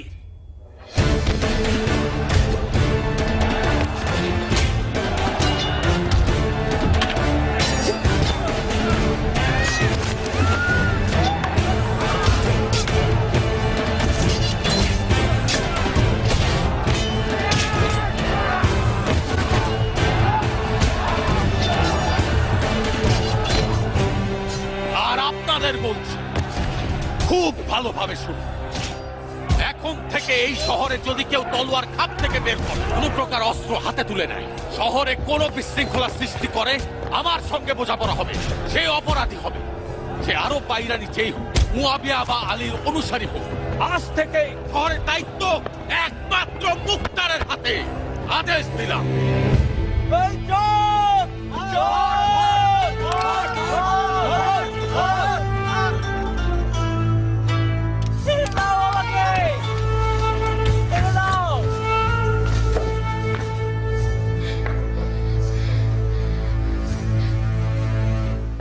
তুই কেন ওর কথা শুনতে গেলি জারিয়ে? কেন ভয় পেলি? মুক্তার ময়দানে এসেছে, শোনো নাই তুমি? কেন? ভয়ঙ্কর রূপ নিয়েছে, মুক্তারটা শান্ত করতে এসেছে। কি কৌশলটাই না নিয়েছে। কারো সাহস হলো না ওকে কিছু বলার। ওকে ঘরে আটকানো গেল না, তাই না? কিছুই হলো না হানানে, ওকে আটকানো গেল না। নারীর প্রেমের আগুনও ওকে বিরত রাখতে পারলো না। ও ওর নিজের কান বন্ধ করে রেখেছে। তুই কেন অযথা চিন্তা করছিস জারিয়ে? মুক্তার এসে ওমরের পথ বন্ধ করে দিয়েছে। তোর জন্য বলছি, ওমর ইরানের শাহ হতে চায়, তাহলে তো ওকে মুক্তারের বাধা অতিক্রম করতে হবে। ওকে পারবে হানানে? যদি তুই চাস তবে পারবে। আবার কি স্বপ্নে দেখলে? তোদের অকল্যাণ হবে না। ওমর আর মুক্তার ছোটবেলা থেকেই পরস্পরকে দেখতে পারে না, আবার একে অপরের কাছেও আসে। এদিকায় ওমর তোর জন্য দারুণ নকশা এঁকেছে, দেখলে পাগল হয়ে যাবি। এই নাফরমান রঙের কারিগরকে সবাই কতল করো।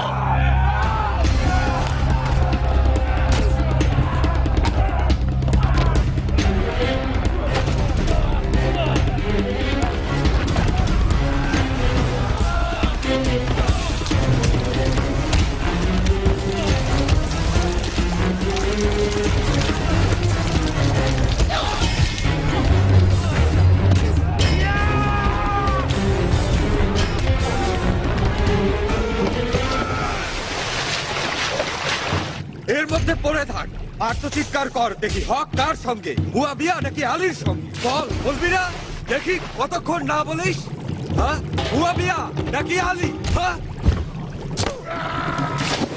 চিৎকার কর আর জাতি পূজারি, মুয়াবিয়ার কাছ থেকে নেওয়ার স্বর্ণ মুদ্রাগুলো ফেরত দে। হক কার সঙ্গে? যার স্বর্ণ মুদ্রা আছে তার সঙ্গে, নাকি যার সঙ্গে খোদা আছে তার সঙ্গে?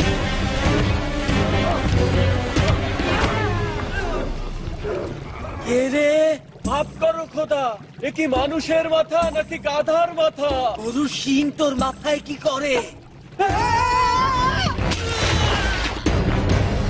এইবার এই গাধার গলায় সবাই মিলে বাঁধবো দড়িটা, সবাই বাঁধবো দড়িটা। এইবার এই গাধার মালিক গাধা সহ পাবে তিরস্কার, পাবে নদীর তিরস্কার। এইবার এই গাধার গলায় সবাই মিলে বাঁধবো দড়িটা, সবাই বাঁধবো দড়িটা। এইবার এই গাধার মালিক গাধা সহ পাবে তিরস্কার, পাবে নদীর। তোর নাক থেকে মহিষের বিষ্ঠার গন্ধ পাওয়া যাচ্ছে না ফুরমান টাক্কুচার তুস্তি।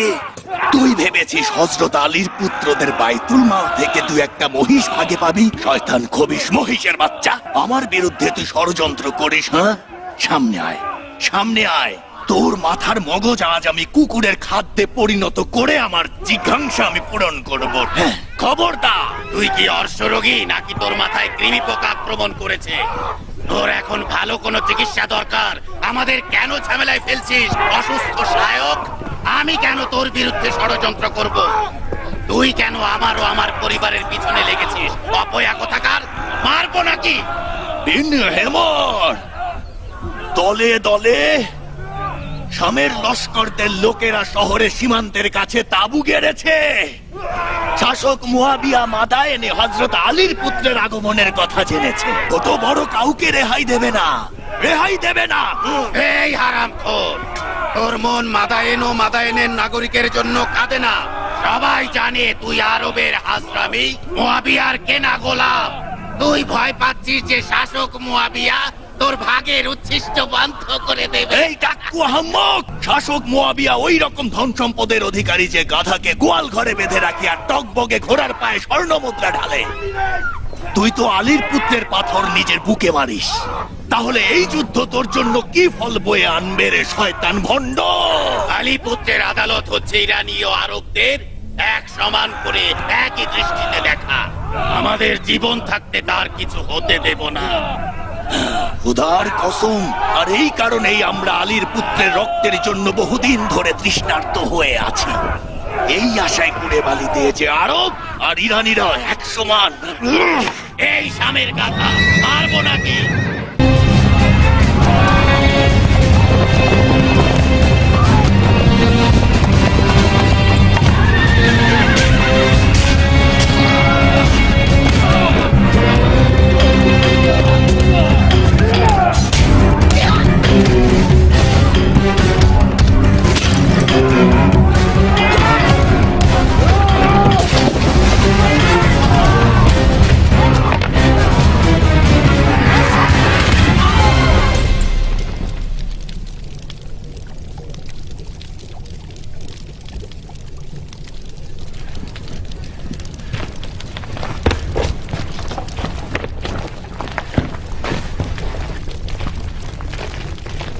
আরবরা কোন গোত্র থেকে এসেছে?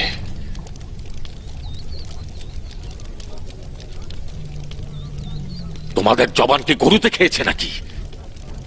একে একে সবার জবান কেটে ফেলবো, যেন সবাই নিজ কর্মের জন্য অনুতপ্ত হও। তুমি এসেছো আমাদের আংটায় ঝুলাতে, ঝুলাও। আমাদের গোত্র পরিচয় দিয়ে তোমার কাজ কি? ওকে আংটায় ঝুলালে হবে না, গলায় বেরি পড়াতে হবে। তুই মূল হোতা। তোর অপকর্মের ছাপ তোর চোখে মুখে বোঝা যাচ্ছে, কিলবিল করছে। হে মুক্তিদাতা, এ আর এর সাঙ্গপাঙ্গরা আরবের হাজরামিদের লোক।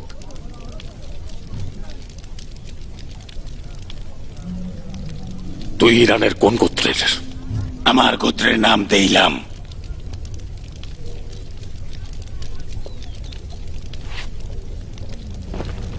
হাজরামি আরব ও দেইলামি ইরানির মধ্যে লড়াই, তার মানে যুদ্ধ।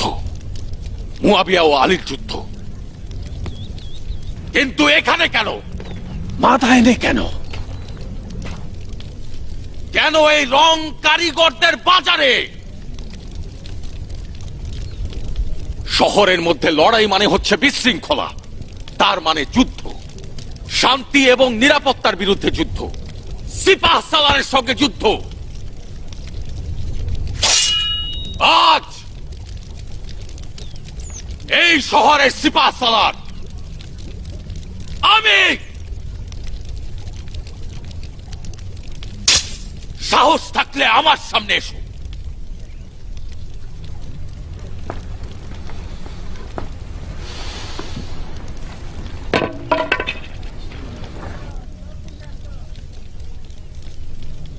কিয়ান। জি আমির। এদের প্রত্যেকের নাম আলাদা করে লিখে রাখো। যে আঘাত পেয়েছে কিংবা যে আঘাত পায়নি, সবাই অপরাধী। হে নাজাত দাতা, জিজ্ঞাসা করবেন না কেন এবং কি কারণে এই ঝগড়া, তর্ক বিতর্ক? কেন তা কাজী বিচার করবেন, সিপাহ সালারের কাজ এটা নয়। বুঝলি তো টাক্কু, এই ছিল তোর আদালত, যার জন্য তুই কিছু না বুঝেই নিজেকে বিলিয়ে দিচ্ছিলি। বাহ বাহ মুক্তার, ভেবেছিলাম একজন ইরাকি আরব বীর যোদ্ধা ময়দানে এসেছে, যে হযরত আলীর অনুসারীদের হেফাজত করবে। আর তুমি কি করলে? ভেবেছিলে এই অসুস্থ হাজরামের শায়ক হযরত আলীর অনুসারীদের গালি দেবে আর আমরা চোখ কান বন্ধ করে রাখবো, এই তোমার বিচার? ও আমার উপর আঘাত করেছে কারণ আমি হোসেনকে ভালোবাসি। আমি কি মাথা পেতে দেব ওর তরবারের নিচে?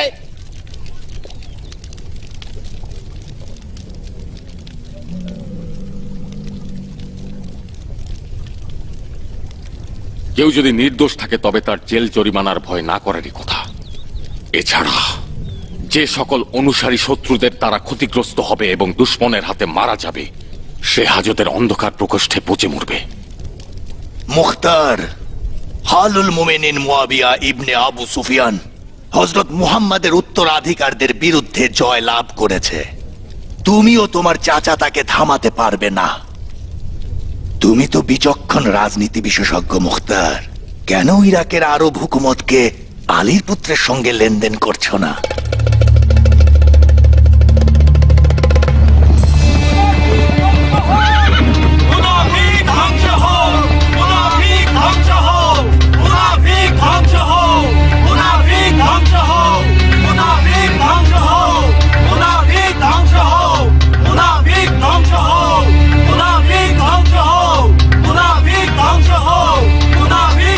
এদেরকে হাজতে ঢুকাওনি কেন? চাইছিলাম যাতে যেন তামাশায় পরিণত না হয়। এই সকল বন্দীরা অন্যান্য ঝামেলা ফাসাদ সৃষ্টিকারী সকলের জন্য নসিহত করছে। মানুষের মান সম্মান নিয়ে খেলা করছো।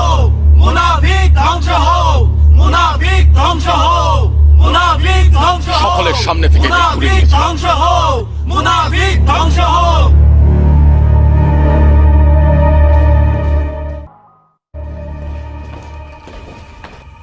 ভাইরা আমার, আমি ক্ষমা চাইছি। হয়তো আমার ভাতিজার সাহায্যে বেশ কিছুদিন এই পরিস্থিতি সামাল দেওয়া যাবে। এ হচ্ছে আমার ভাতিজা মুক্তার। আসসালামু আলাইকুম মুক্তার। ওয়ালাইকুম আসসালাম। আসুন। আসসালামু আলাইকুম। ওয়ালাইকুম আসসালাম। ওয়ালাইকুম আসসালাম। আবু উবাইদ সাকাফির পুত্র মুক্তারের কথা অসংখ্যবার শুনেছি, পরিচিত হয়ে ধন্য মনে করছি। ধন্যবাদ। আসুন, বসুন। আল্লাহ এই পবিত্র ভূমির সকলকে রহমত দান করুন। দরজা দিয়ে যখন প্রবেশ করছিলি, এক মুহূর্তের জন্য মনে হলো আমার ভাই আবু উবাইদ আসছে। জানিস না এই লেবাসে তুই কতটা তোর পিতার মতো দেখতে। আমার হাবা চাচা যান, আমাকে তুই ধন্য করেছিস। তোর সব খবর খুঁটিনাটি সব আমার কানে পৌঁছাচ্ছে। আজব কেরামতি দেখিয়েছিস। শুনেছি সকল বিবাদ সৃষ্টিকারীরা লোটা কম্বল নিয়ে পালিয়ে গেছে। খোদার শুকরিয়া, সব ধরনের নিরাপত্তা কায়েম হয়েছে। নিরাপত্তা বাহিনী পুরো শহরের নিয়ন্ত্রণ নিয়েছে। মারহাবা চাচা যান। আগে আমাদের কোষাগারে যা কিছু খাদ্যশস্য ছিল ইমামের হেফাজতে দিয়ে দিয়েছি। এখন আমাদের নিজেদের কোষাগারগুলো আমার হাতের তালুর মতোই শূন্য, একেবারেই খালি। তবে যাই হোক, প্রতিবেশীদের সাহায্য থেকে নিরাশ নই। সবাই সাবাতে চলে যান। চেষ্টা করব কালই প্রথম কাফেলাতে করেই প্রয়োজনীয় খাদ্যশস্য বোঝাই করে আপনাদের জন্য পাঠিয়ে দিতে। আল্লাহ তাআলা আপনাকে ইজ্জত সম্মান দিয়ে হেফাজত করুন। ইমামের যদি আপনার মতো আরো 10 জন বন্ধু থাকতো, এরকম বিপদে পড়তে হতো না। খোদার মুজেজা অনেক কিছুই হতে পারে ভাই আমার। সম্ভবত এই মুসিবত রহমত হতে পারে, যা সম্পর্কে আমরা জানি না। ইমাম মুস্তাবার আজকের হেকায়াত হয়তো তার নানা রাসূলে করিমের একই হেকায়াত। ওহুদ যুদ্ধে পরাজয়ের বরকত ছিল মুসলমানদের জাগিয়ে তোলা। জি আমির, অবশ্যই। এখন বিদায়ের অনুমতি দিন। আল্লাহ ভরসা, তিনি রক্ষা করবেন। জনাব মুক্তার, আপনি ইরাকের মহাবীর হিসেবে ব্যাপক প্রসিদ্ধ ও সুনাম অর্জনকারী। হস্তি আছড়ে ফেলা বীরের বংশধর। ইমামের পাশে আপনার জায়গাটা শূন্য ছিল, যার কারণে মাথা উঁচু করে বীর দর্পে তলোয়ার চালাতে পারিনি। আল্লাহ যা কিছু চান সর্দার, খোদার পানায় থাকুন। খোদা হাফেজ। আল্লাহ তোমাদের সহায় হন। শুনলি তো চাচা যান, তুই হস্তি আছড়ে ফেলা বীরের সন্তান। দেখেছিস তুইও তোর পিতা জনগণের মনে কতটা প্রভাব বিস্তার করেছিস। এই মাকাম ও মঞ্জিল হেফাজত করা দুঃসাধ্য ব্যাপার। আমার পরামর্শ, সাবাত এলাকায় ইমামের তাবু স্থাপন কর। ইরাকের লস্কররা আত্মবিশ্বাস হারিয়ে ফেলেছে। নিঃসন্দেহে তোকে দেখা মাত্র পুনরায় আত্মবিশ্বাস ফিরে পাবে। আপনি একজন ভালো রাজনীতিবিদ চাচাজান।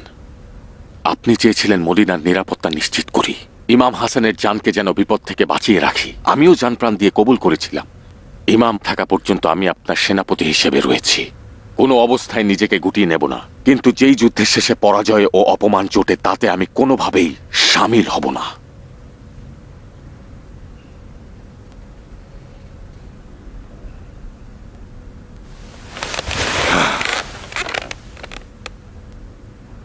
তুই চাস যারা শহীদ হয়েছে তার প্রতিশোধ নিবি না? চাই না এই কারণে যে পারবো না। কেন পারবি না? তুই তো যথেষ্ট বিচক্ষণতার অধিকারী, একজন বুদ্ধিমান সিপাহ সালার। তুই মাত্র অর্ধদিনে একেবারে শান্ত করে দিয়েছিস। কেন তুই এইভাবে চিন্তা করছিস যে ইরাকের সেনাবাহিনীকে পুনর্গঠন করতে পারবি না? অর্ধেক দিনে ঠান্ডা করেছিলাম, কারণ আমার পূর্ণ এখতিয়ার ছিল। আমি রাজনৈতিক কৌশল অবলম্বন করেছি।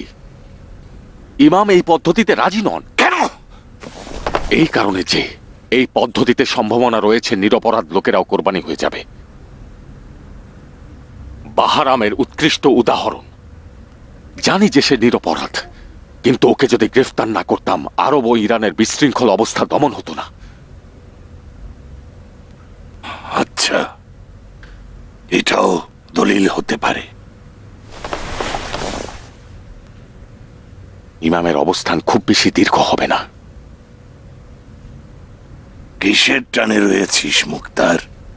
শস্য ফলানো ও তদারকি করা আমার প্রজাদের জন্য এসব কম কিছু নয়। জ্ঞান, তুই মুক্তারের শুধু বন্ধু নস, ডান হাত। কেন এইসবে জমি জমা, শস্য খামার, রুটি রুজি, সংসারের চিন্তা এসবে ওকে মশগুল করে দিলি? জ্ঞান, তুমি তো আমার ডান হাত। আমি তোমার গোলাম মুখতার। এত লজ্জা পাচ্ছ কেন বন্ধু আমার? মারহাবা তোমার এই রকম লাজ লজ্জার জন্য। আপনার এই ইশারা ইঙ্গিতের অর্থ কি? কিয়ান জারিয়াকে নিকাহ করতে চাই। এখন আমার কাছে তোর শুভ দৃষ্টি চেয়েছে।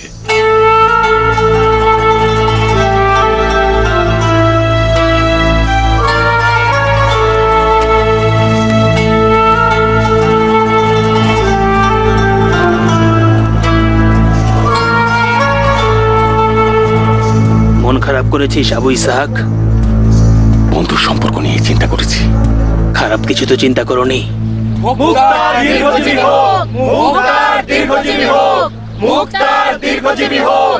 মুক্তার দীর্ঘজীবী হোক! মুক্তার দীর্ঘজীবী হোক! ভেবেছি হয়তো আমার ও তোমার বন্ধুত্ব আমার বোনের কারণে প্রাধান্য দিচ্ছ। আমি বিব্রত বোধ করছি কিয়ান। জারিয়ে আমার একমাত্র বোন, আমার কাছেই বড় হয়েছে। আমি তাকে বাবার স্নেহ আদর দিয়ে বড় করেছি, কিন্তু বিশ্বাস করো সে আমার এখতিয়ারে নয়। তোমার আমার সম্পর্ক আমাকে ভাবিয়ে তুলছে কিয়ান, কিন্তু তারপরও আমার কোনো আপত্তি নাই। আজ রাতের বেলা আমাদের বাড়িতে এসো। আমি কোনো কিছু চাপিয়ে দিতে পারবো না।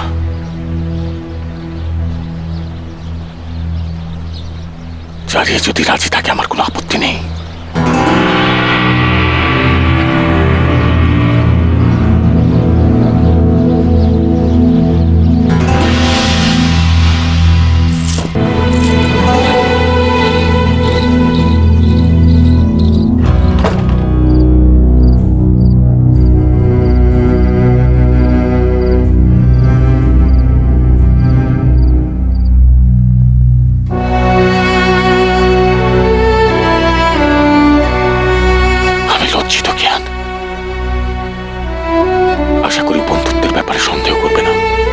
দুশ্মন লজ্জিত হোক আবু ইসাহাক। তোমার সঙ্গে আমার বন্ধুত্ব এতটাই মধুর যে কোনো তিক্ততা আমাদের মধুর সম্পর্কের মধ্যে বাধা হয়ে দাঁড়াতে পারবে না। তোমার সঙ্গে আমার সম্পর্কটা দ্বিগুণ আনন্দের ছিল, যা শেষ পর্যন্ত দুর্ভাগ্যে পর্যবসিত হলো। জারিয়ের বেয়াদবি ও বেপরোয়া আচরণ জবাবহীন থাকবে না। আমি তাকে যতটুকু খাইয়েছি পড়িয়েছি, আমার হক রয়েছে ওকে আমি আদব কায়দা শেখাবো। মারহাবা, মারহাবা উম্মে সাবেত, দুধ গলা দিয়ে কাল সাপ পুষেছ। এই তোমাদের কাছে আমার সম্মান? কি আচরণ করলে মেহমানের সামনে? কেন হাড়ির পাত্রটি আমার মাথায় ভাঙছো মুখতার? জনাব কিয়ান, মুখতার আপনার সম্পর্কে আমাকে এ বিষয়ে কোনো কথাই বলেনি। ভেবেছি পূর্বের মতোই বন্ধুর সাথে দেখা করতে এসেছেন আপনি। যদি জানতাম কি উদ্দেশ্য রয়েছে, জারিয়াকে এমনভাবে বলতাম যেন আপনাকে এভাবে অপমান না করে। আমি খুবই লজ্জিত। আমি এই কথাটি আরবদের কাছ থেকে অনেকবার শুনেছি বানু, আর কিছু বাকি নেই। এই বেয়াদবি সহ্য করব না। না আবু ইসহাক, না, আমার কসম এটা করো না। সে অহংকারে অন্ধ হয়ে গেছে। খোদার কসম, তার অহংকার আমার প্রেমের আগুনকে নিভিয়ে দিয়েছে। আমি অনুরোধ করছি তুমি ধৈর্য ধরো। তুমি হস্তক্ষেপ করো না কিয়ান। আমার বোন আমার অহংকার ও আভিজাত্যকে ধূলিসাৎ করে দিয়েছে। আপনার নিকট হাত জোর করছি বানু, কিছু একটা করুন। জারিয়া আমার কন্যার ন্যায়। আমি তাকে মাতৃত্ব দিয়ে বড় করেছি। সারা জীবন আমাদের গোত্রের একজন পুরুষের সঙ্গে থাকার চেয়ে কয়েকটি দৌড়ার আঘাত খাওয়া অধিক উত্তম। অপমান করার ইচ্ছে নেই। তোমার নিজের এই বিষয়গুলো ভেবে দেখা দরকার ছিল।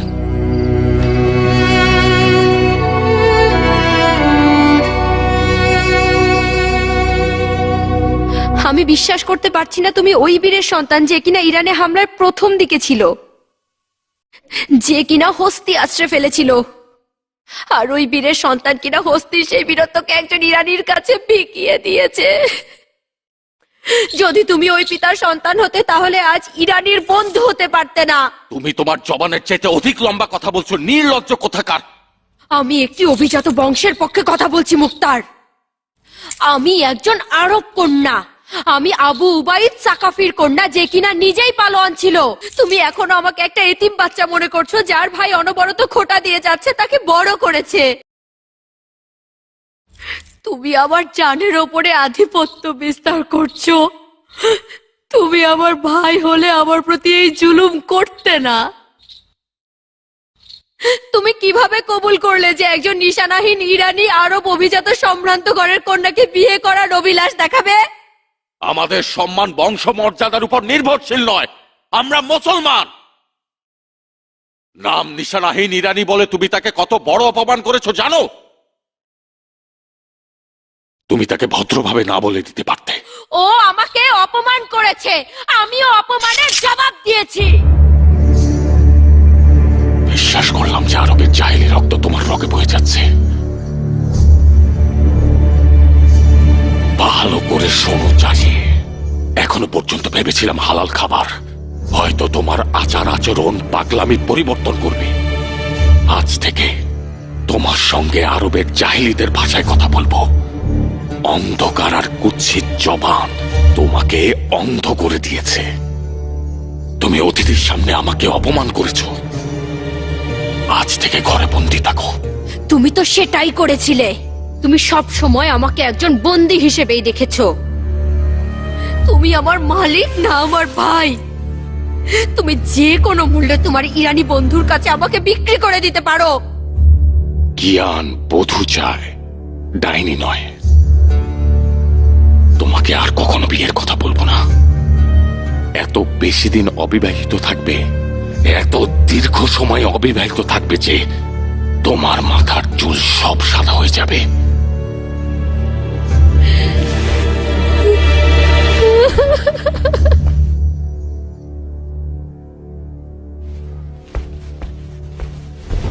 অনেক দয়া করেছো, অনেক দয়া করেছো। এই বেয়াদবটাকে আদব শিক্ষা দিয়েছো।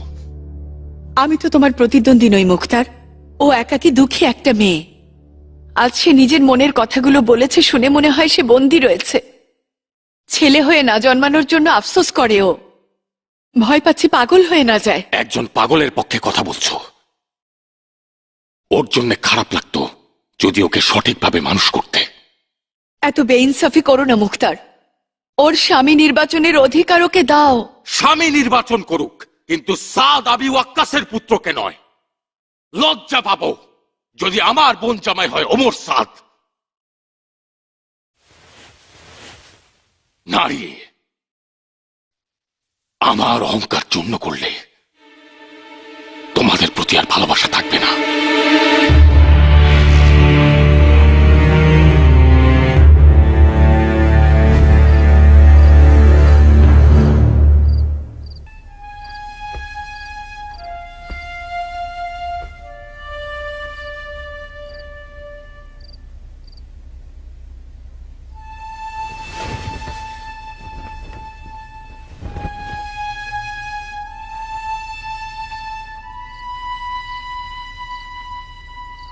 দেখলে ইরানিদের বিবাহ করা আরবদের কাছে কি?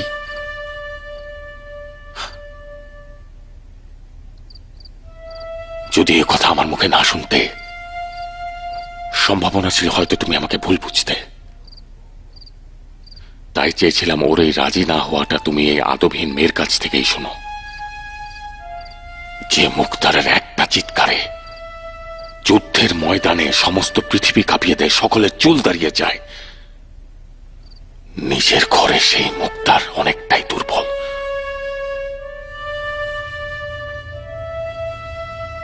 অবাক ব্যাপার যে মুক্তার হযরত আলীর অনুসারী এমন এক মেয়ের প্রেমে পড়েছে যার পিতাকে পয়গম্বর নিজে অভিশাপ দিয়েছেন। এই প্রেমের প্রায়শ্চিত্ত সব সময় আমাকে তিলে তিলে মারে। না কিয়ান, তুমি না, তুমি আলীর প্রকৃত অনুসারী। তুমি সব দিক থেকেই অনেক বেশি যোগ্য। এটা আমার লজ্জা যে ওমর সাদের মতো ধূর্ত শিয়াল জারিয়াকে ধোকায় ফেলেছে। জারিয়ার নির্বুদ্ধি তাকে অপুজি করেছে আর আমাদের পিতার সুনামকে প্রশ্নবিদ্ধ করেছে। আমি যদি একবার ওই বদমাসটাকে পাই, গর্দান টুকরো করে ফেলব। মারহাবা, শাবাশ। ওমর ইবনে সাদ আবি ওয়াক্কাসের জন্য এটা গর্বের উৎস যে মুক্তার আবু উবাইদ সাকাফি তার দুশমন। মুক্তারের বিশাল ক্রোধের কারণ হতে পেরে নিজেকে ধন্য মনে হচ্ছে। আজ রাতে এই বাড়িতে কি ঘটছে সব? কোন খেয়ানতকারী ষড়যন্ত্র করে যাচ্ছে? আমার মান সম্মান নিয়ে খেলা করতে এসেছিস? এত বড় সাহস, হারামজাদা! বাজে কথা বলিস না মোমেন বান্দা। খোদা না করুক বেলুন ফেটে বিপদে পড়তে পারিস। শ্বেতপ্রাসাদ যুদ্ধের ময়দান নয় যে তলোয়ার চালাবি। তলোয়ার ফেলে দে ভাই। আমি মেহমানি এসেছি। তলোয়ার ছাড়া মেহমানের উপর হামলা একমাত্র কাপুরুষেরাই করে থাকে। যে পাপিষ্ঠ এই বাড়িকে নাপাক করে দিচ্ছে, ওর রক্ত দিয়ে পাক হবে। এই বাড়ি আজ আমাদের দুইজনের যুদ্ধের ময়দান। আমি চাই না লোকে বলুক ওমর সাদ নিজেকে রক্ষা করা ছাড়াই কতল হয়েছে। ওকে সুযোগ দিচ্ছি, কোমরে মাথা খঞ্জর দিয়ে নিজেকে বাঁচা। তাহলে তোমার সম্পর্কে যা শুনেছি সেগুলো সব অতিরঞ্জিত ছিল। জেরবি, জলদি মুক্তারের চাচাকে খবর দাও, যাও। জীবাণু, যাচ্ছি। আমার অপরাধ প্রমাণ করে আমাকে হত্যা করতে চাস, তাই না? তোর অপরাধ আমি তোর কবরে লিখে রাখবো। এখন নিজেকে হেফাজত কর। আমি জারিয়াকে বিবাহ করতে এসেছি, লড়াইয়ের জন্য না।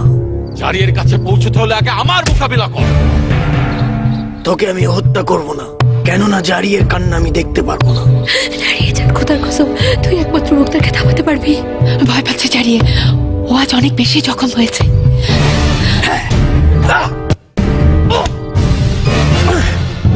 বোকার মতো আচরণ করিস না। বিষয়টা পুরুষ ও পৌরসত্ব দিয়ে সমাধান করা যায়। আমি আমার সামনে তো কোনো পুরুষ দেখতে পাচ্ছি না। তুই যদি পুরুষ হতি তাহলে বিশ্বস্ত কুকুরের মতো উমাইয়াদের দরজায় ঘেউ ঘেউ করতি না।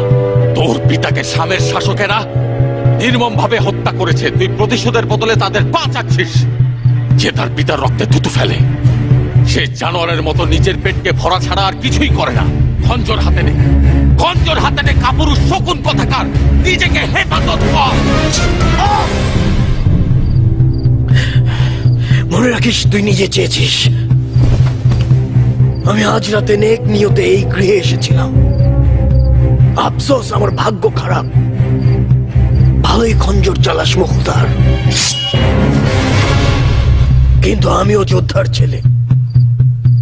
আজ রাতে হয় আমি তোর উপর আধিপত্য বিস্তার করব, অথবা মাসুকের রাস্তায় নিজেকে বিলিয়ে দেব। নিজের জান প্রাণ দিয়ে পরাজিত হব। আয় দেখি কে পারে।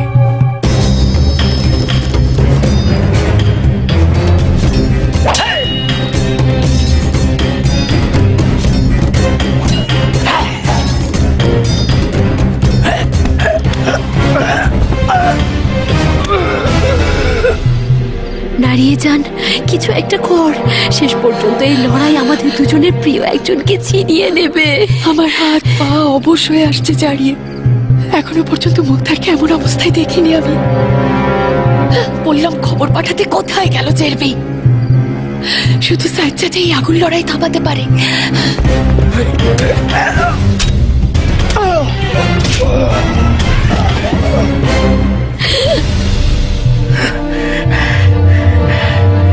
আজ রাতে আমি প্রমাণ করব যে আমি ইরান বিজয়ীর পুত্র।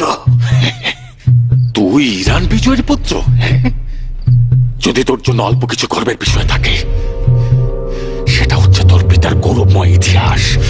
পিতার বিজয়ের গর্ব না করে নিজের হিম্মত দেখা পারলে। আমি দেখেছিলাম তুই কিভাবে নোংরা কাদায় লেপটেছিস। আলীর চেলা তোর মতো রুচিহীন প্রতিদ্বন্দ্বী খোঁজা খারাপ কিছু না।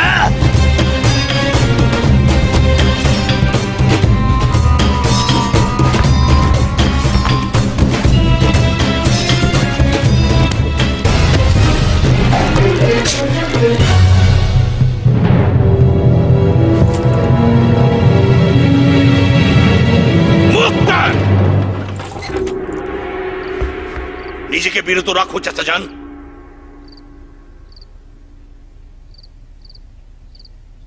তুই কোথায় আর এই শ্বেত প্রাসাদে সাদের পুত্র কোথায়? কল্যাণের জন্য এসেছি, কিন্তু আপনাদের এই যে এই গাধা ছেলেটা এখানে আমাকে একা পেয়ে আক্রমণ করেছে। কি কল্যাণ হে গর্ধব? আমি নিকাহ করতে চাই আপনাদের জারিয়েকে।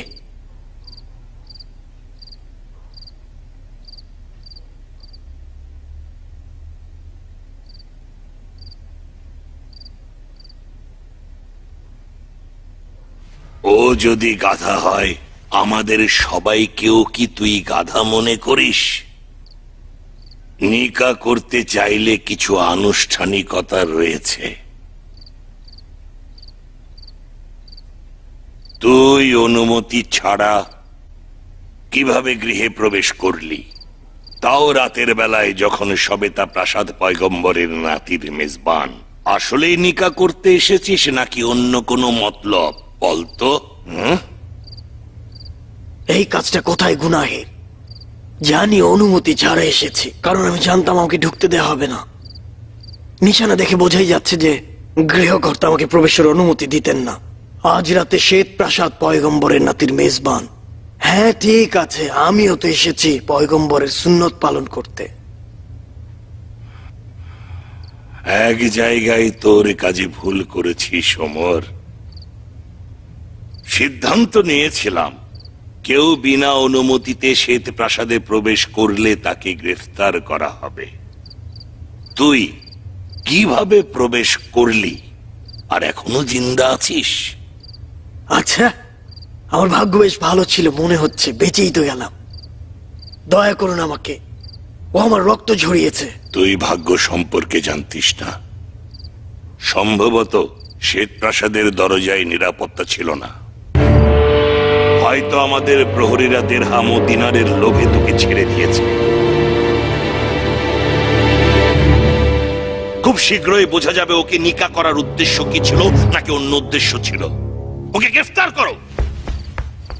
আমরা তো জানি আপনি বিচক্ষণ ও বুদ্ধিমান মানুষ আবু সাইদ। তাহলে বলুন কোন আইন মোতাবেক আমাকে এভাবে গ্রেফতার করছে? এখনো কোনো হুকুম দেওয়া হয়নি। কিছুদিন তুই শ্বেত প্রাসাদের মেহমান হয়ে থাক। সাইদ ইবনে মাসুদ, আলীর পুত্রের জন্য প্রাসাদ ও ধনভাণ্ডার অবশিষ্ট নেই যা আমি জয় করব। আপনি বেহুদা আমাকে হয়রানি করছেন। এখানেই ভুল করলি। যতক্ষণ পয়গম্বরের নাতির মেজবান হিসেবে রয়েছি, ইচ্ছে হচ্ছে শামের শয়তানদের মতোই হুকুমত করি। যদি দলিল চাস তো হাজির রয়েছি, দেখাবো দলিল।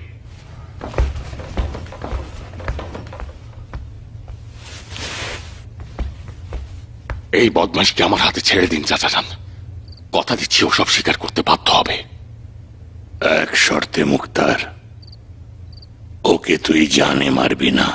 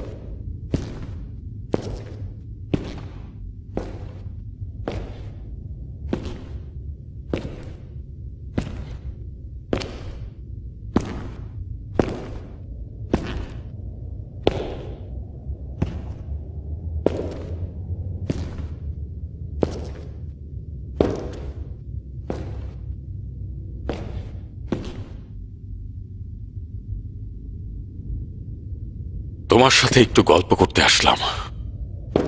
আমিও আমার গল্প মেহেরবানি ও মহব্বত সহকারে বলেছিলাম। মেনে নিচ্ছি, কিন্তু আমি ওই সময়ে কিছুটা উত্তেজিত ছিলাম। তুমি কিছুটা উত্তেজিত ছিলে? এটা কি ইনসাফ ছিল?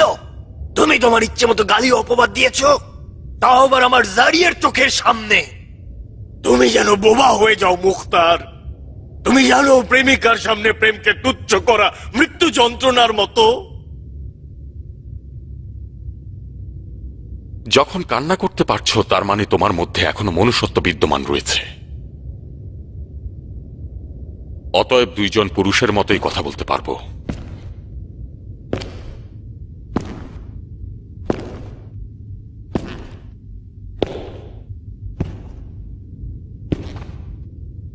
খুব ভালো করে শুনে রাখো ওমর, যে সকল মানুষকে তুমি হত্যা করেছো তাদের মুন্ডু দিয়ে আমি আজ রাতে তোমার জন্য পাপোশ তৈরি করতে পারবো এবং আজরাইলকে নিমন্ত্রণ জানাবো। এছাড়া আমি মদিনার হাকিমের নিকট গিয়ে বলবো যে তুমি এই অন্ধকার হাজতে তোমার পাপিষ্ঠ রুহের অসুস্থতায় আয়নায় দেখছো, তুমি তওবা করেছো এবং তোমার কবিরা সুকিরা সব গুনাহের স্বীকারোক্তি তুমি নিজে দিচ্ছ। তোমার উপর আজ রাতে মারেফাতের মালাকুত নাজিল হয়েছে এবং তুমি সেই পাপ বহন করে এই শ্বেত প্রাসাদে নিয়ে এসেছো, ইত্যাদি ইত্যাদি। এখন তুমিই বলো তোমার সঙ্গে কি করব? নিজেকে বুদ্ধিমান ও ধৈর্যশীল দেখানোর চেষ্টা করো না। আমার কাছে কি চাও? তুমি কি কারণে এই শ্বেত প্রাসাদে এসেছো, কিভাবে এসেছো? আমার হাত পা খুলে দাও যেন সহজে কথা বলতে পারি। শেকল তো তোমার হাতে পায়ে বাঁধা হয়েছে, জবান তো খোলা। কথা না বললে কি? মানসুর নালবান্দের পুত্রের সঙ্গে তুমি কি করছিলে? তোমাকেও কবরে পাঠানোর আগে একটা বিশাল গোরস্থান বানানোর আদেশ দেব, কেমন হবে? মানসুর নালবান্দের পুত্রের কি হয়েছে?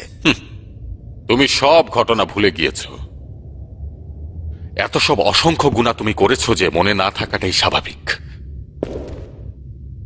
মানসুর নালবান্দের পুত্র এবং মানসুর নালবান্দের ভাইয়ের ছোট কন্যার ভাই, যে কিনা নিজেকে ফাঁসিতে ঝুলিয়েছে, তোমার হাত সেখানে পৌঁছায়নি।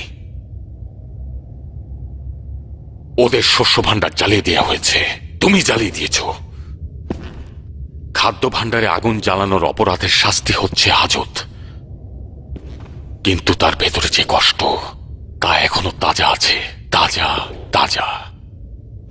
খোদার উসিলায় যদি ও একবার তোমাকে হাতের নাগালে পায়। তুমি কি বুঝতে পেরেছ? মানসুর নালবান্দের পুত্র তোমাকে হত্যা করবে, অত্যন্ত গৌরবের সঙ্গে অহংকার নিয়ে তোমার গর্দান ছিন্ন করবে। শুনে রাখো, সাদ আবি ওয়াক্কাসের পুত্র, ইরান বিজয়ী সর্দারের পুত্র একেবারে সারা জীবনের জন্য উন্মাদ হয়ে যাবে। তারপর দোয়া করো। আচ্ছা, তুমি কি চাও? আজব ধুরন্ধর তুমি দেখছি।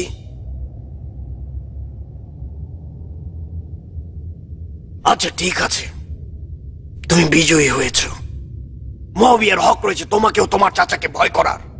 তোমরা আলীর পুত্রের বিরুদ্ধে ষড়যন্ত্রই করতে দিচ্ছ না। অবশ্যই তোমাকে পাঠিয়েছে যেন এই কঠিন কাজ তুমি সহজ করে দাও। এটা আহাম্মকের মতো অপবাদ। আমার অন্য পরিকল্পনা ছিল, কিন্তু আমি সামদেশের দূত নই। না না, এত সহজে মিষ্টি কথায় তুমি মুখ খুলবে না।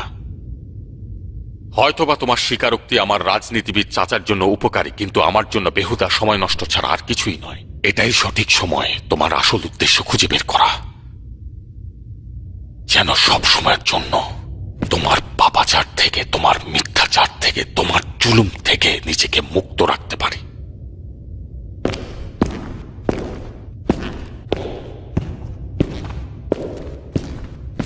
আমি শামের গুপ্তচর ছিলাম, এসেছে আলীপুত্রকে হত্যা করতে। ঠিক আছে, তুমি এটাই চাইছিলে তাই না? এটাই তো তোমার ধোঁকাবাজের স্বীকারোক্তি। তুমি একা এসেছো আলীপুত্রকে হত্যা করতে, যাকে কিনা কঠিন নিরাপত্তা দিয়ে ঘিরে রাখা হয়েছে। আমার মনে হয় তুমি গাধার মগজ খেয়ে এসব আজগুবি গল্প আমাকে শোনাচ্ছ। খোদা লানত শয়তানের উপরে। কেন শয়তানের উপরে? তোমার উপরে নয় কেন? মুখতার, আমি শামের গুপ্তচর হিসেবে আসি নাই। আমার কথা বিশ্বাস করছো না? যাও মানসুরের বন্দি ছেলের সঙ্গে যা ইচ্ছা তাই করো। আমি কুশাকের প্রাসাদে এসেছি যেন কুশাকের কলব অর্থাৎ তোমাকে ইরাকের বাদশা হওয়ার জন্য রাজি করাবো, যাতে তুমি আলী পুত্রের সহযোগী না হয়ে নিজেই হাকিম হতে পারো। এই সুযোগ নষ্ট করো না মুখতার, তুমি চাইলেই সব পারো। শাসক মুয়াবিয়া হযরত আলীর পুত্রের মুন্ডুর বদলে তার কন্যাকে দেবে। হযরত মুয়াবিয়ার মেয়ের জামাতা মানে হচ্ছে ইরাকের বাদশা, কিন্তু তুমি এবং তোমার চাচা এই আশায় গুড়ে বালি দিচ্ছ। এর মধ্যে তোমার স্বার্থ কি? অনেক কিছুই, কম করে হলো জারিয়ে। খোদার কসম বলছি মুখতার, তোমার ও তোমার চাচার এই প্রতিরোধ করে কোনো লাভ নেই। মুয়াবিয়া হামলা করার পরিকল্পনা করেছে, তার মোকাবেলায় কেউ নেই। ইরাকিরা ময়দান খালি করে দিয়েছে। আমি তো জানি তুমি ছোটবেলা থেকে ইরাকের বাদশা হওয়ার স্বপ্ন দেখতে। কতদিন পর্যন্ত নিজেকে জমি জমা, লাঙ্গল, কোদাল নিয়ে ব্যস্ত রাখবে? তোমার 40 বছর পূর্ণ হলো। আজ কবুল না করলে আগামীকাল দেরি হবে। আয় অন্য কেউ কিছু করার আগেই হাসানকে মুয়াবিয়ার কাছে হস্তান্তর করি। আমরা তো তাকে হত্যা করতে চাই না, মুয়াবিয়াও তাকে হত্যা করবে না। আমি নিশ্চিত শামের বাদশা সাধারণ জনগণকে ধোঁকা দেওয়ার জন্য নিজের হাতকে পয়গম্বরের নাতির খুনে রঞ্জিত করবে না। এছাড়া আমি শামের বাদশার তরফ থেকে ইমাম হাসানের জন্য আমানতনামাও আনতে পারবো। এই কারণে তোমার সঙ্গে তোমার মুখ বন্ধ করো। এই জন্যই তোমার সঙ্গে আমার অমত রয়েছে। তুমি সব সময় নিজেকে জ্ঞানী ভাবো আর আমাদের আহম্মক ভাবো, আর ভাবো যে এগুলো আমরা কিছুই বুঝতে পারি না, তাই না? কলিজা থাকলে আমার হাত তুলে দাও।